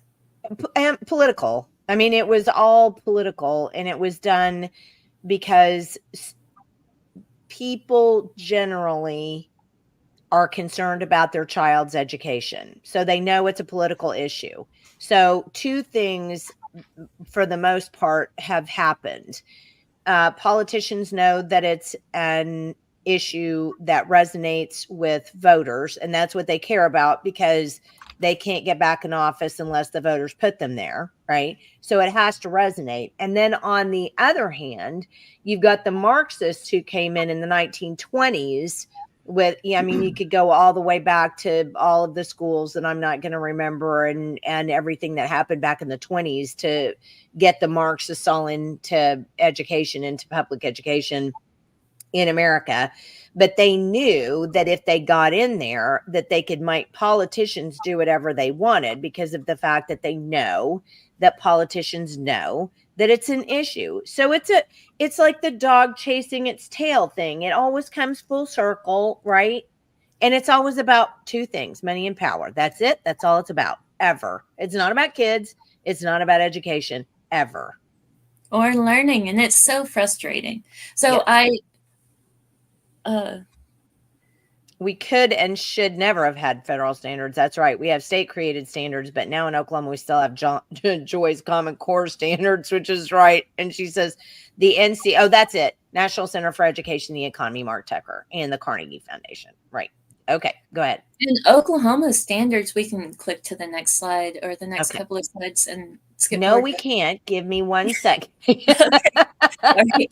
Well, real quick, Dr. Pellam, I want to just say I was on that 74million.org website just for corroboration here. I just looked at Guymon's school district itself. They're at 27% reading proficiency. Oh, man. Way to go, Guymon. That sounds a little high from what I remember while I was there, and I was there for that year. Or maybe that's why it was high. I was there for that year. Yeah, that's probably it. Wow. Sorry, my jokes aren't always funny. No, it was hysterical. I just think that it's pathetic. The whole thing is pathetic. Anyway, go ahead. We're dying to hear more. Well, through y'all's podcast has really been my way, because after finding that out about DBA and, sacrificing so much personally, I was broke. I was a shell. But I'm still trying to help my daughter, and I have this doctorate in this thing that I really do love and enjoy.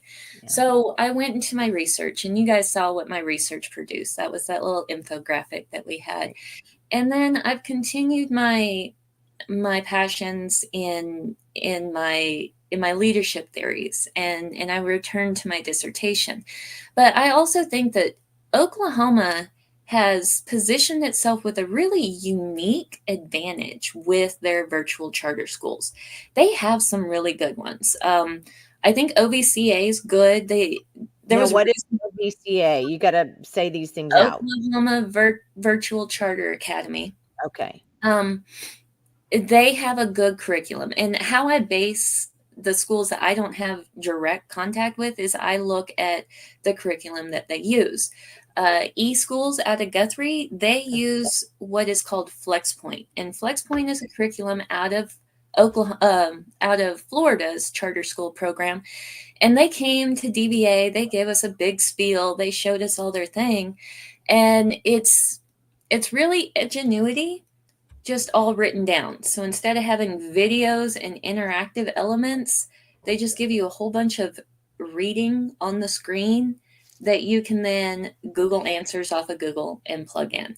And so I didn't find it real effective at all. It had some good information that it presents, but unless you are actively making sure that the students are reading and digesting and understanding and manipulating it and working with it. Which you can't in a virtual setting. Not unless the curriculum is designed to do that. And so my daughter goes to VPrep. So that's the Virtual Preparatory Academy of Oklahoma, and they have a really good curriculum. It's from Excel Schools, and I think they're based out of Ohio, which has great, or comparatively great proficiency scores. And I really like it. It targets where she's at and recursively works through there. And so I really think that after hearing Brian Shillham talk, I think that the Oklahoma Charter School Board has a leader who is actually interested and cares about authentic learning. Yeah, I agree with that. I don't know if the people who have been on the board and are continuing, that have had interactions with Epic and Dove and have known what they're doing and have allowed it, if they share his passion, I hope that his leadership can make that systemic through the board. With that being said, I really think that the board needs to create a streamlined accountability measure. They had at their last board meeting, they had Senator Adam Pooh come on and chat. Yeah. And he made a real interesting statement. He said, "I don't expect there to be real interesting statements." But he said, "I don't want there to be more charter schools. I don't want there to be less virtual charter schools. I want there to be better virtual charter schools." And that resonated with me, because they can't. Our community schools, our brick and mortar schools, are going through a time, I think, right now. I think that the stories that Mary with Visit are uncovering and things that you guys are finding through the people that come and chat on your podcast, I think that the localities, they're going to be slow to action, but it's going to be stuff that the communities have to choose Yes. to fix and do. I also think, like I said about the state school board approving all those alternative ed programs, there's at least 10 to 20% of these virtual students that enroll and you never hear from them again. These are students that weren't participating in the brick and mortar school, and these students are continuing to be passed around the virtual charter schools. We need to stop that. Those students, we need to either have truancy enforcement or something, because what we're doing by allowing those students to be passed around the virtual charter schools is bringing down the rigor in education provided in those schools, because those teachers are spending a lot of energy trying to reach those students. The teachers that I talk with that are in these positions, they're a lot like me. They actually care about helping their students learn. And there's really unique opportunities in teaching when you're in this virtual setting. And a lot of these students that you're getting in this setting are our most vulnerable in one way or another, and they need that authentic learning element, even if it's just an hour or two of live instruction in the day. You don't need those teachers being weighed down by the kids that aren't showing up. Their parents don't care. And my past principal told me that he had a parent tell him that they will not join a class, they will not turn in work. All that matters is that they're able to show that they're enrolled somewhere. Yeah. And then they get a whole bunch of money from the government just by having kids enrolled in a public school. That's so correct. Yeah, we need to police that so that our virtual charter schools are actually able to reach and help the kids that need this opportunity. There's lots of different reasons why a student should and could be pursuing these options while our community schools are fixing the things that they're fixing. The majority of our students should be in brick and mortar schools. I'm not advocating for virtual school over that, but we should protect this real unique and beneficial avenue that we have for education, because DVA and EPIC, I mean, what EPIC did is already spread into the other schools, and EPIC is still being allowed to influence it, and DVA is being promoted and allowed to influence it. We need to stop that. And I hear from parents regularly about EPIC. I mean, I hear just ridiculous stories from parents about EPIC. I just heard another one just the other day. I could probably find it in a text message, and it was something horrible about EPIC, which is why they left. This person left. But see, the problem is you get so much money from EPIC for getting this or that or having this or whatever. And if you just, want to scam the system, you sign up, you sign your kid up and get taxpayer dollars. It's great. And I think there's got to be enough. There has to be plenty of people that are like, no, that's not what we want our education system to look like in Oklahoma. There has to be enough people that are tired of being 49th and 50th and says, no, let's hold our schools accountable. Go ahead and pull those two charters and let other schools learn, do better. Yeah, but here's the problem. We just have crap leadership. I mean, and nobody wants to take responsibility for anything. And until you get somebody that has real leadership, real leadership that wants to say, we're not going to put up with this. We're not going to put up, or until you have parents. Look what happened to Michael, for Pete's sakes. He wanted to actually make the school do what was right for the kids, but the parents didn't want somebody who wanted to do that, because parents don't want to spend time making sure their kids learn, and they don't want to have the responsibility foisted back on them.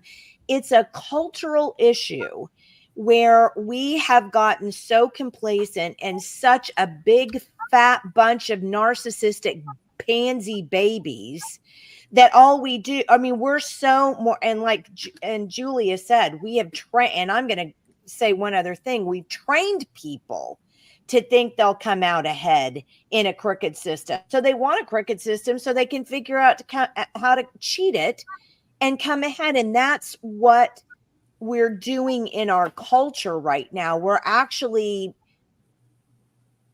giving trophies to people who can do that kind of stuff. And schools, they just get away, like you've said twice, at least twice in this presentation today. Schools just do it because they can get away with it, and they know they can get away with it. So why wouldn't they? Because they're trained by the alphabet agencies how to do it. And so I really hope that Mr. Shellam's leadership can fix these problems, because I really think that virtual education in Oklahoma can do a lot of good for these students. But also, I think we need to continue the momentum that is that you guys are doing, that Mary's doing, about talking about those systemic problems in the brick and mortar school. And so if you'll click to the next slide.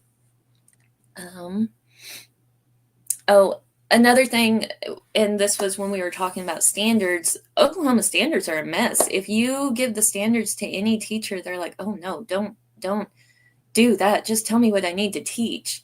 Because the actual publication, like if you look at them, they are a mess.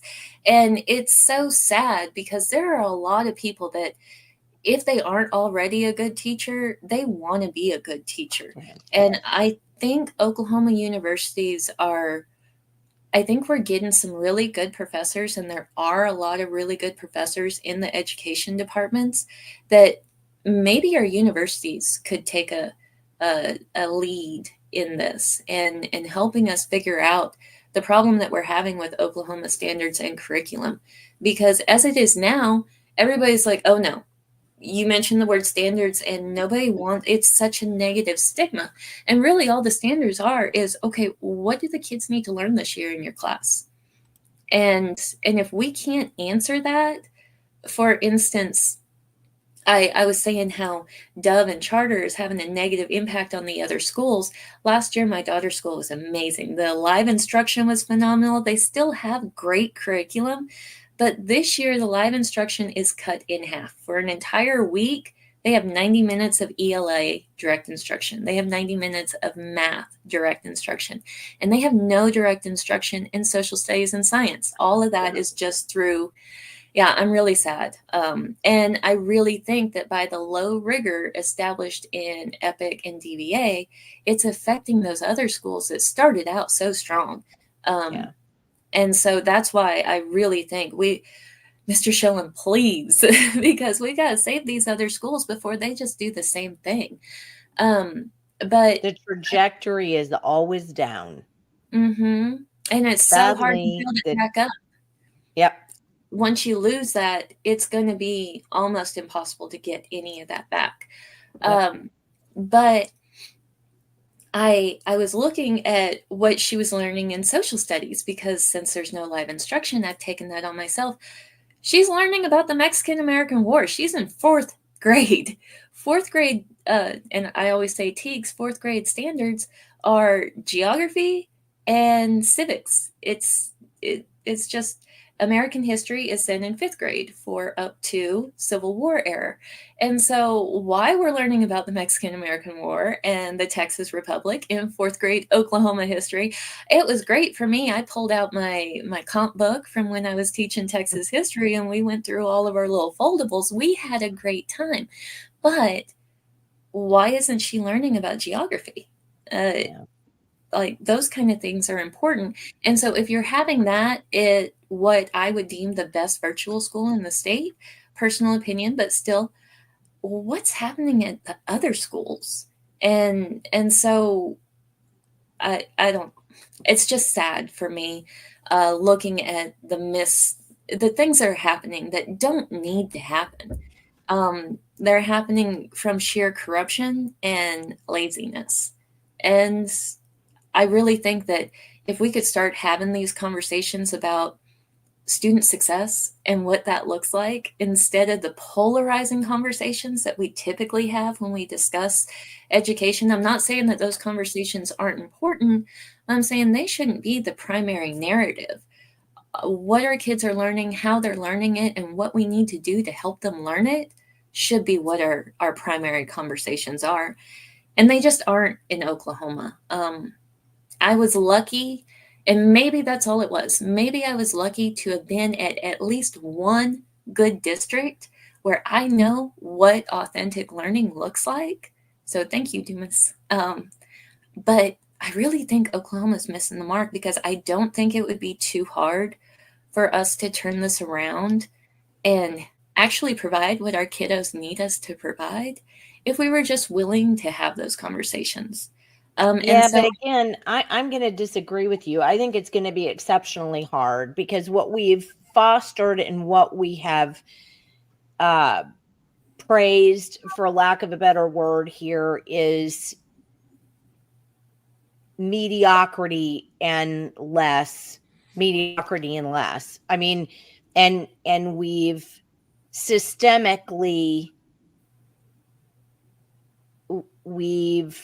nurtured systemic cheating. I think that's a good way to say it. I think we've nurtured systemic cheating.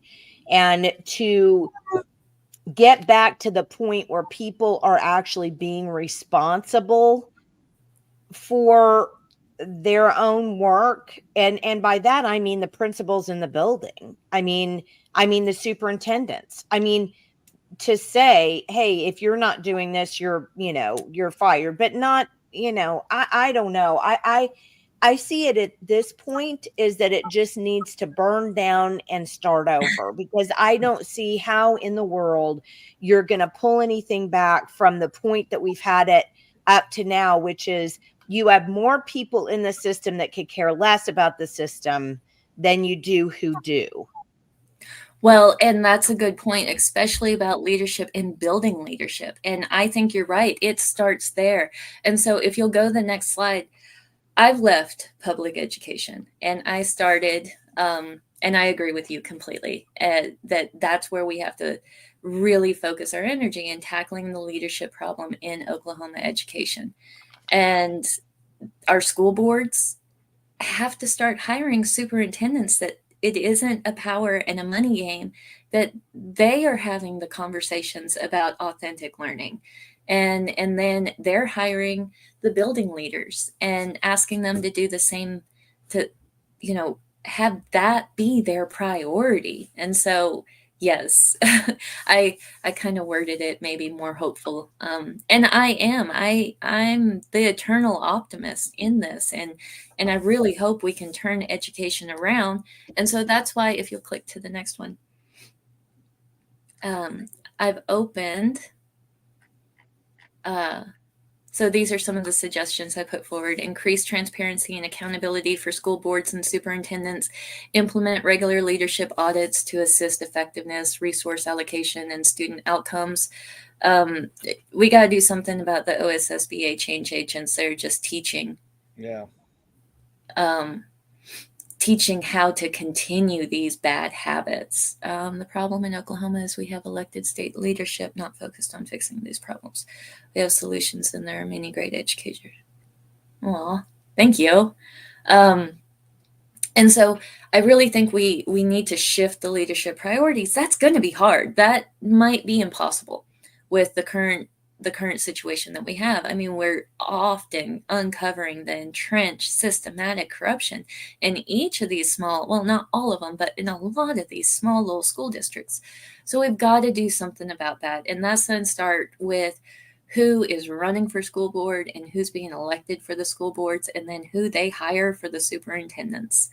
And that's going to take time, and it is going to rely on the election cycle too. It's not like we can just, there's no recalls on these things. But you know what just hit me as we were just talking about this is I legitimately believe that all of these school choice nitwits with this whole idea of that we're going to give public money to kids to go to private schools.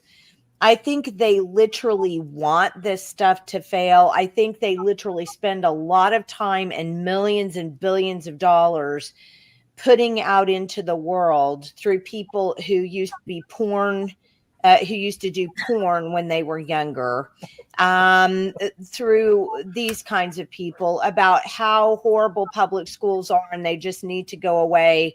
So I think what happens is they want the schools to go away so that they can put this money back into private schools where they don't have any accountability for that funding, right? I mean, you've got private schools now going, well, we're going to up our tuition because now we have so many people coming in thanks to this scholarship. We're going to have to up our tuition.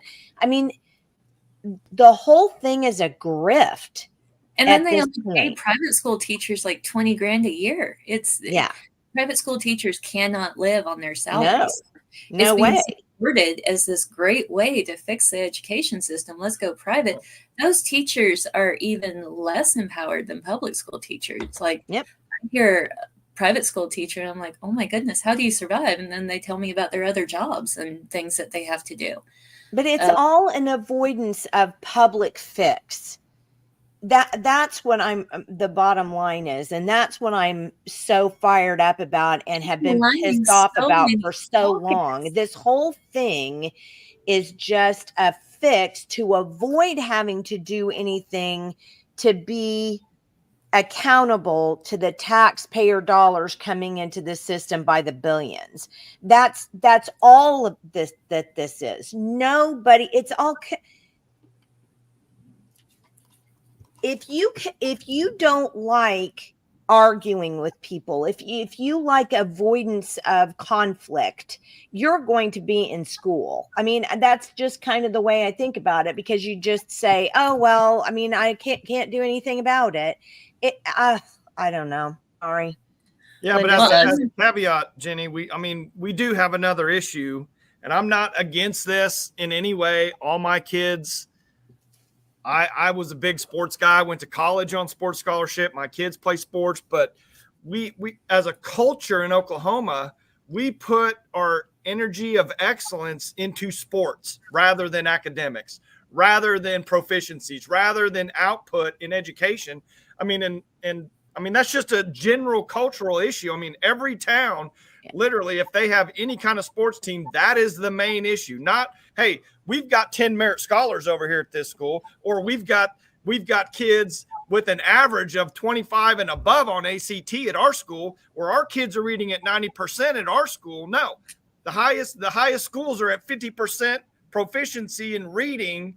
Yet if they have a winning basketball team, it doesn't matter. I mean, honestly, it does not matter. They'll spend whatever they got to spend on the facilities.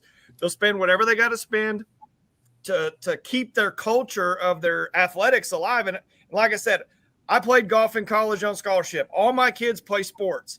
But at a point, we don't have to worship the sporting side. I want the academics to be the most important thing about why my kids are going to this school or this or that. Not because they have the best football team or basketball team, or they won 17 straight track championships, whatever. That doesn't matter. I mean, that we have a major cultural problem here also. Well, didn't you just say, though, Becky, what happened in Guymon? They shut the whole school down over the boiler because they didn't have enough money for that. But then they turned around and built a state-of-the-art Jumbotron. They had purchased a state-of-the-art Jumbotron during COVID for graduation. They spent their COVID funds to buy that Jumbotron. And the part of the 3rd and 4th grade center is condemned, and the boiler in the high school was going out, so much so we couldn't be there when they fixed it. And there you have it. There you have it.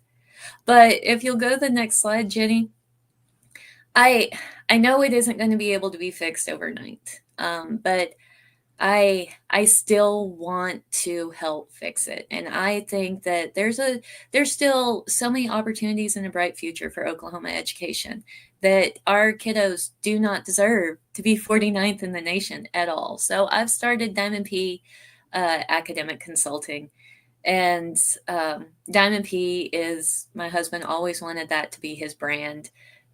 And so we've kept that. And because everything that I do is out here at the ranch. I do drive into town and do some in-person tutoring. And so I'm tutoring anywhere from itty bitties to ACT and college prep, K through 12. And then I also am doing teacher certification prep. So any teachers that are needing help getting through that or their coursework. And then additionally, I have adapted and updated the instrument I created for my my dissertation. And so, Jenny, if you could click right. I was just trying to get through your. All right, hold on. What, under number 4? All right. Whoops, hold on, wrong one. Okay. There we go. But I've launched my leadership instrument, and so I'd love any schools that are wanting to have this as their conversation to focus on authentic learning. I'd love to work with them and us actually try to tackle this leadership problem through it's right now I've finalized and finished the active ingredients of instructional coaches, and I'm working on launching the next one, which is retention and instructional effectiveness. And so those are what I'm focused on and working on. And anyone that's wanting to have conversations about how we can help our kiddos here in Oklahoma, I'm here, and I'd love to chat with you guys. Like I did at Rope, way too long. Yeah. No, honestly, I'm happy for that. But I did want to point out, so Mary said, amen, Michael, there are a disproportionate number of Oklahoma superintendents who entered education as coaches. Priorities, disproportionate. So yes, absolutely a fact. And Mary knows because she's got the Bad Coaches series. Yes, she does. And it's so bizarre because as a coach, that was one of those things. You were excellent on the court and off the court. That's just to have that kind of athlete that you want to have to go to compete with. You got to teach them discipline, and you have to teach them respect, and that's on and off the classroom. And so it's just without having sex with them, I might add. Yes, I mean that's a must. I don't understand why we're having to reteach that part. And principals not dancing on young girls at school dances, those things. I guess we need to start with leadership 101, and then we can go into transformational qualities on how to inspire and improve education. Well, I'm so glad you came on because, I have been a passionate teacher. I just love teaching. If anybody said, you can do rope, which I'm pretty passionate about, or teaching, and that's you had to pick one, I'd pick teaching. I mean, and I'd leave it to Michael to do. I just love teaching. I love everything about it. Everything.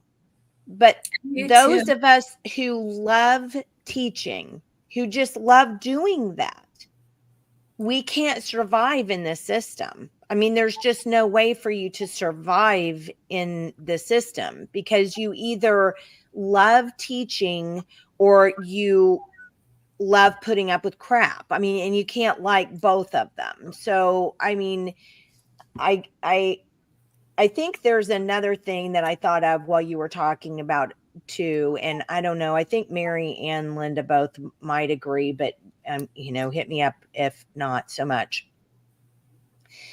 I think that the way that this, and Julianne might as well, I think that with the way the world is going and the World Economic Forum's decision about what the world needs to look like by 2050, they have to have a compliant population to get there. Those of us who are saying, wait a minute, we don't want to eat bugs or fill in the blank, whatever it is. We don't want, your carbon capture pipeline in our backyards waiting to kill us. I mean, those of us who are willing to stand up and say something about this, we need to be scrubbed out of the population because we have to have a compliant population.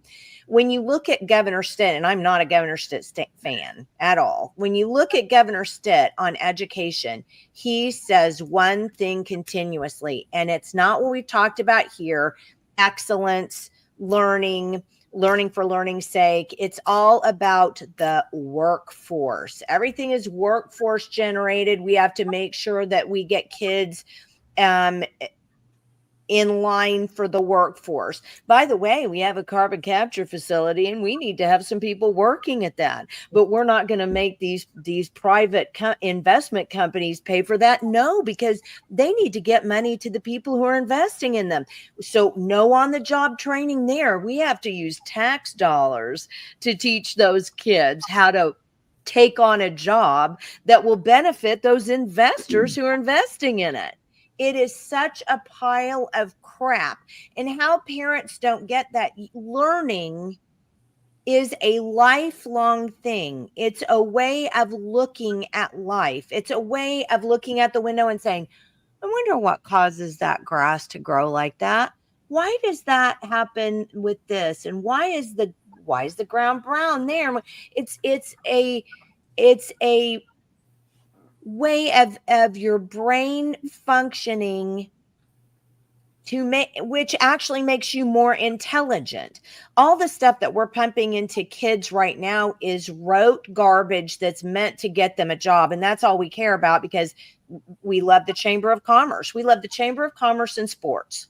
That's what we love. And the Chamber of Commerce says, hey, we need to educate kids for jobs. No, 1,000 times no. No, we don't educate kids for jobs. We educate kids for kids.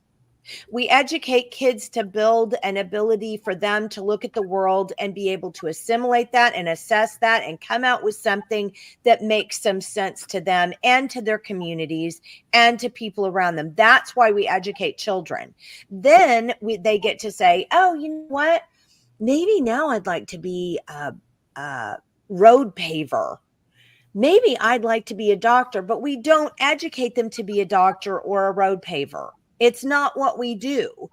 It just fascinates me that people don't even understand what is the function of education.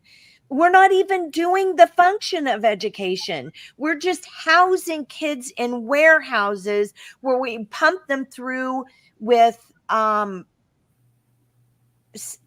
propagandized garbage that then helps them get a job in Oklahoma's economy, because once we have Oklahoma's economy up, the government gets more tax dollars and they get more they can invest more in the things that they're privatizing. So it's everything is a grift, peeps. Wake up.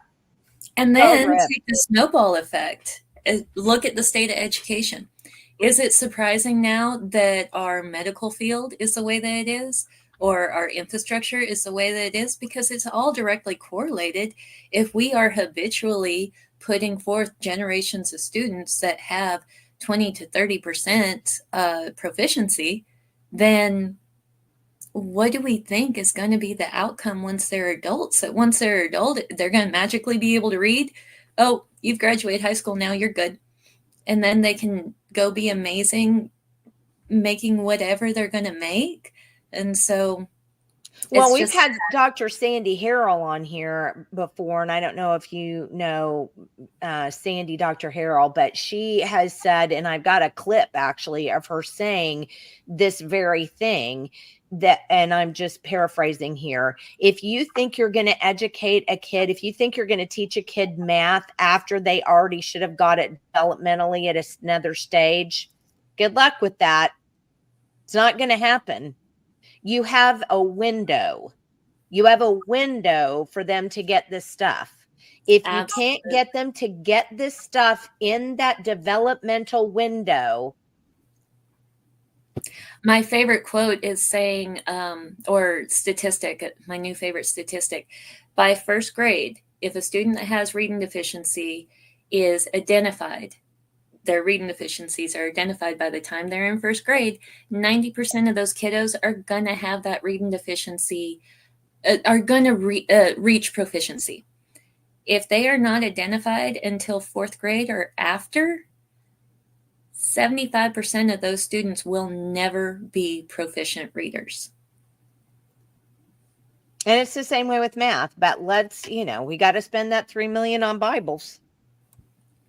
Yeah. Sorry. Just mean about it. I'm just being mean about it. Dr. Pellam, we so appreciate your time today. And I'm going to even go further. And I think Michael will back me up on this. God bless you for having a spine. God bless you for being that person who goes, I don't care, bully me all you want. I'm going to blabber about all the bad stuff you're doing.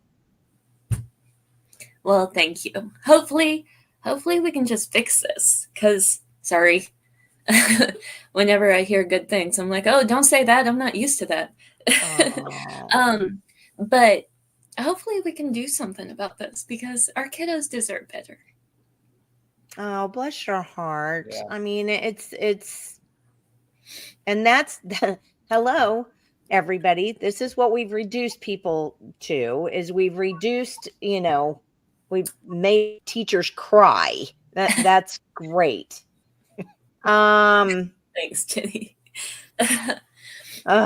Well, honestly, I do appreciate you. And I do hope too, those of you who are watching, we've had an in and out. I mean, we've had a lot of in and out today because unfortunately it's been, or fortunately, whatever you think, it's a 2-hour show, but we've had a lot of in and out today. And I just ask those of you who have been on today, show this to your friends and to other teachers, because maybe Dr. Pellam can make them feel okay about coming forward and going, me too, it's happened to me. Yeah. Because if we don't start getting a movement of teachers, good teachers pushing back and going, I don't care what you do to me, bully me all you want, but you guys are doing the wrong thing. You're not educating children and you're cheating. You're cheating the taxpayers. You're cheating parents. You're cheating the kids. You're cheating society. You're cheating everybody. Stop it. Knock it off. So God bless you, Becky. Thank you so much for being here. Bless y'all for letting me come take up all your time this morning. I really appreciate what Rope is continuing to do, and everyone else that I've reached out and talked to. Thank you for helping me feel empowered enough to start this venture, because I really hope that, anyone that feels this way and that this resonates with you, that we can work together and that our kiddos can find success, and that Oklahoma doesn't have to be in the 40s anymore in education.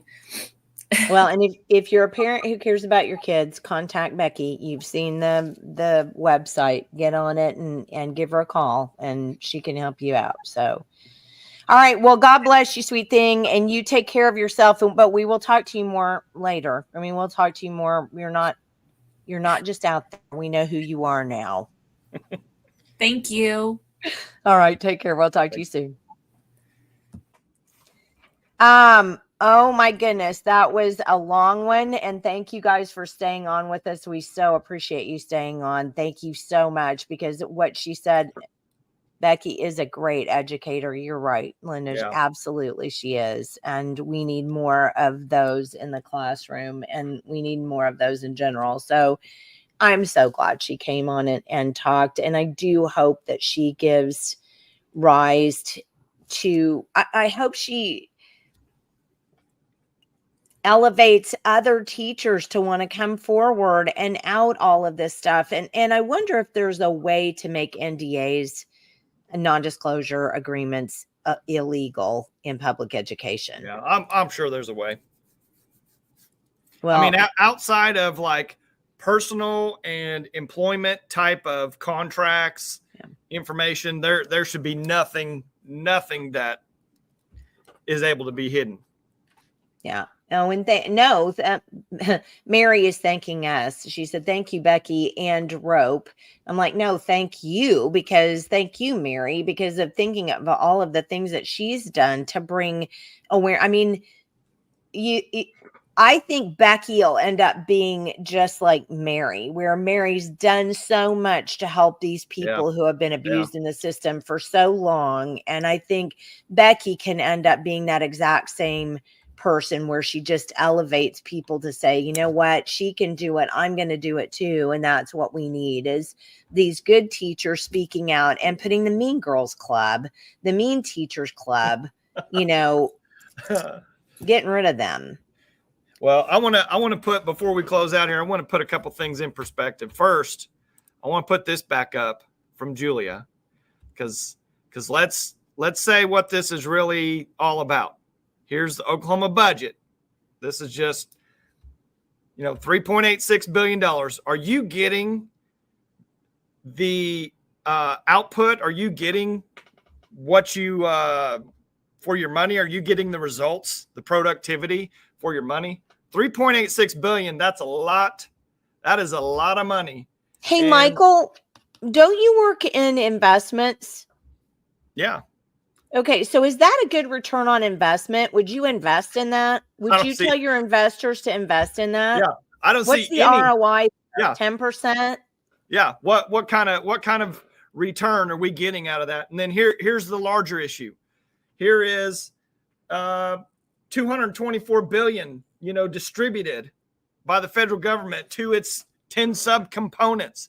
It's all about money. It's all about the love of money. It's not about actual critical thinking. And you kind of spun into that right there at the end with Dr. Pellam. If you have people, we don't need obedient workers. And I would tell anybody to go literally just type in obedient workers with George Carlin and watch this 2 or 3. I mean, it's so bone chilling, literally what he says. We can play it, but we don't have time. But what you were saying is, when you create just a workforce, now you have people that are dependent on that system. You don't have people that solve problems and create, they create the businesses to solve those problems. That's what they do not want. They do not want people that have high IQ, high reading comprehension, high application of their education, because those people will go out and they will solve every single problem that we face. They don't want people solving any of those problems, because those problems create money for the government, because there's crisis, there's issues, there's this. The government wants to solve all these problems. We don't want the government solving any problems. All we want to do is have the government secure the border, protect our liberty and freedom, and that's it. We don't need the government to solve any problem. You educate these kids properly, these kids will solve every single problem out there in a short amount of time. That's the way the free market works. That's the way free ideas, free liberty, that's what made this country the greatest country in the world, is because people solved all these problems. You go back to Becky's infographic there, where, when the federal government started putting all that money in the late 50s and 60s, well, guess what?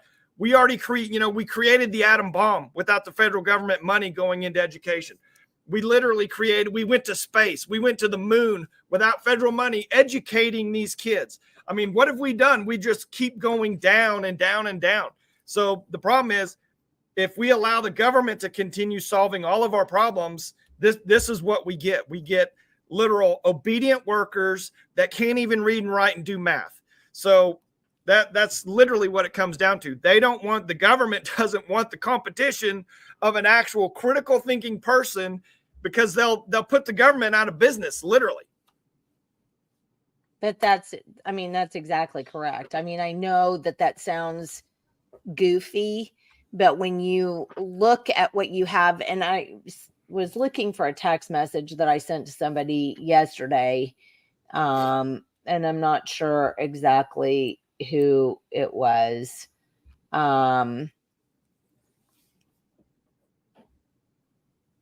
Oh, here it is. This is what I said in my text message. After the election board deal, I realized that our state government was full of people who not only have zero clue about anything unless it relates to their power quotient, but they don't want to, because it takes time away from developing their power quotient. Our state government is completely feckless, and they don't care. It's not about helping people. It's about their pensions and their paychecks. Yeah. It's true. I mean, we have created a society now in which doing a crappy job is the best job you can do. And we're happy for that. It's pathetic. Well, Michael, we better get off of here because I think you probably have something to do, and I know I do. I gotta go to work. So I wanted to mention a couple of things. So on Friday, we're going to have Kelly and Whitney on from OTA. They actually had a win. We need to learn from them, another one, and talk about that. Next Wednesday, we'll have Julianne on. She's going to talk about carbon credits, which we wanted to talk about because of what's going on. We found out that Oklahoma actually has a carbon capture system. We already have one. Governor Stitt set it all up, put it into motion, created all of the backstory for it, all of the needed legislation. So now we have something that can kill residents in our state, and none of us knew, especially those of us who were looking for it. I think it's pathetic. Our new writer, Shane Smith, is on that. He's going to give us some update on that. Next Friday, we'll have our friend Amber Evans on, and she's going to be talking about voter irregularities she found in Comanche County, where she lives. And I think it's going to be very instructive to talk about that before the election, because I think people are, they think one thing about what election integrity is, but what we have here in Oklahoma is another thing. So we've got some great shows coming up. I have them all written down here. So stay tuned. We'll be live every Wednesday and Friday morning, whether we want to or not, for the rest of the month. So please tune in. Anything, Michael? That's it. All right. Thanks again for tuning in. We know it was long, but thanks for staying with us, and we'll see you again on Friday morning. Thanks, everybody. Bye.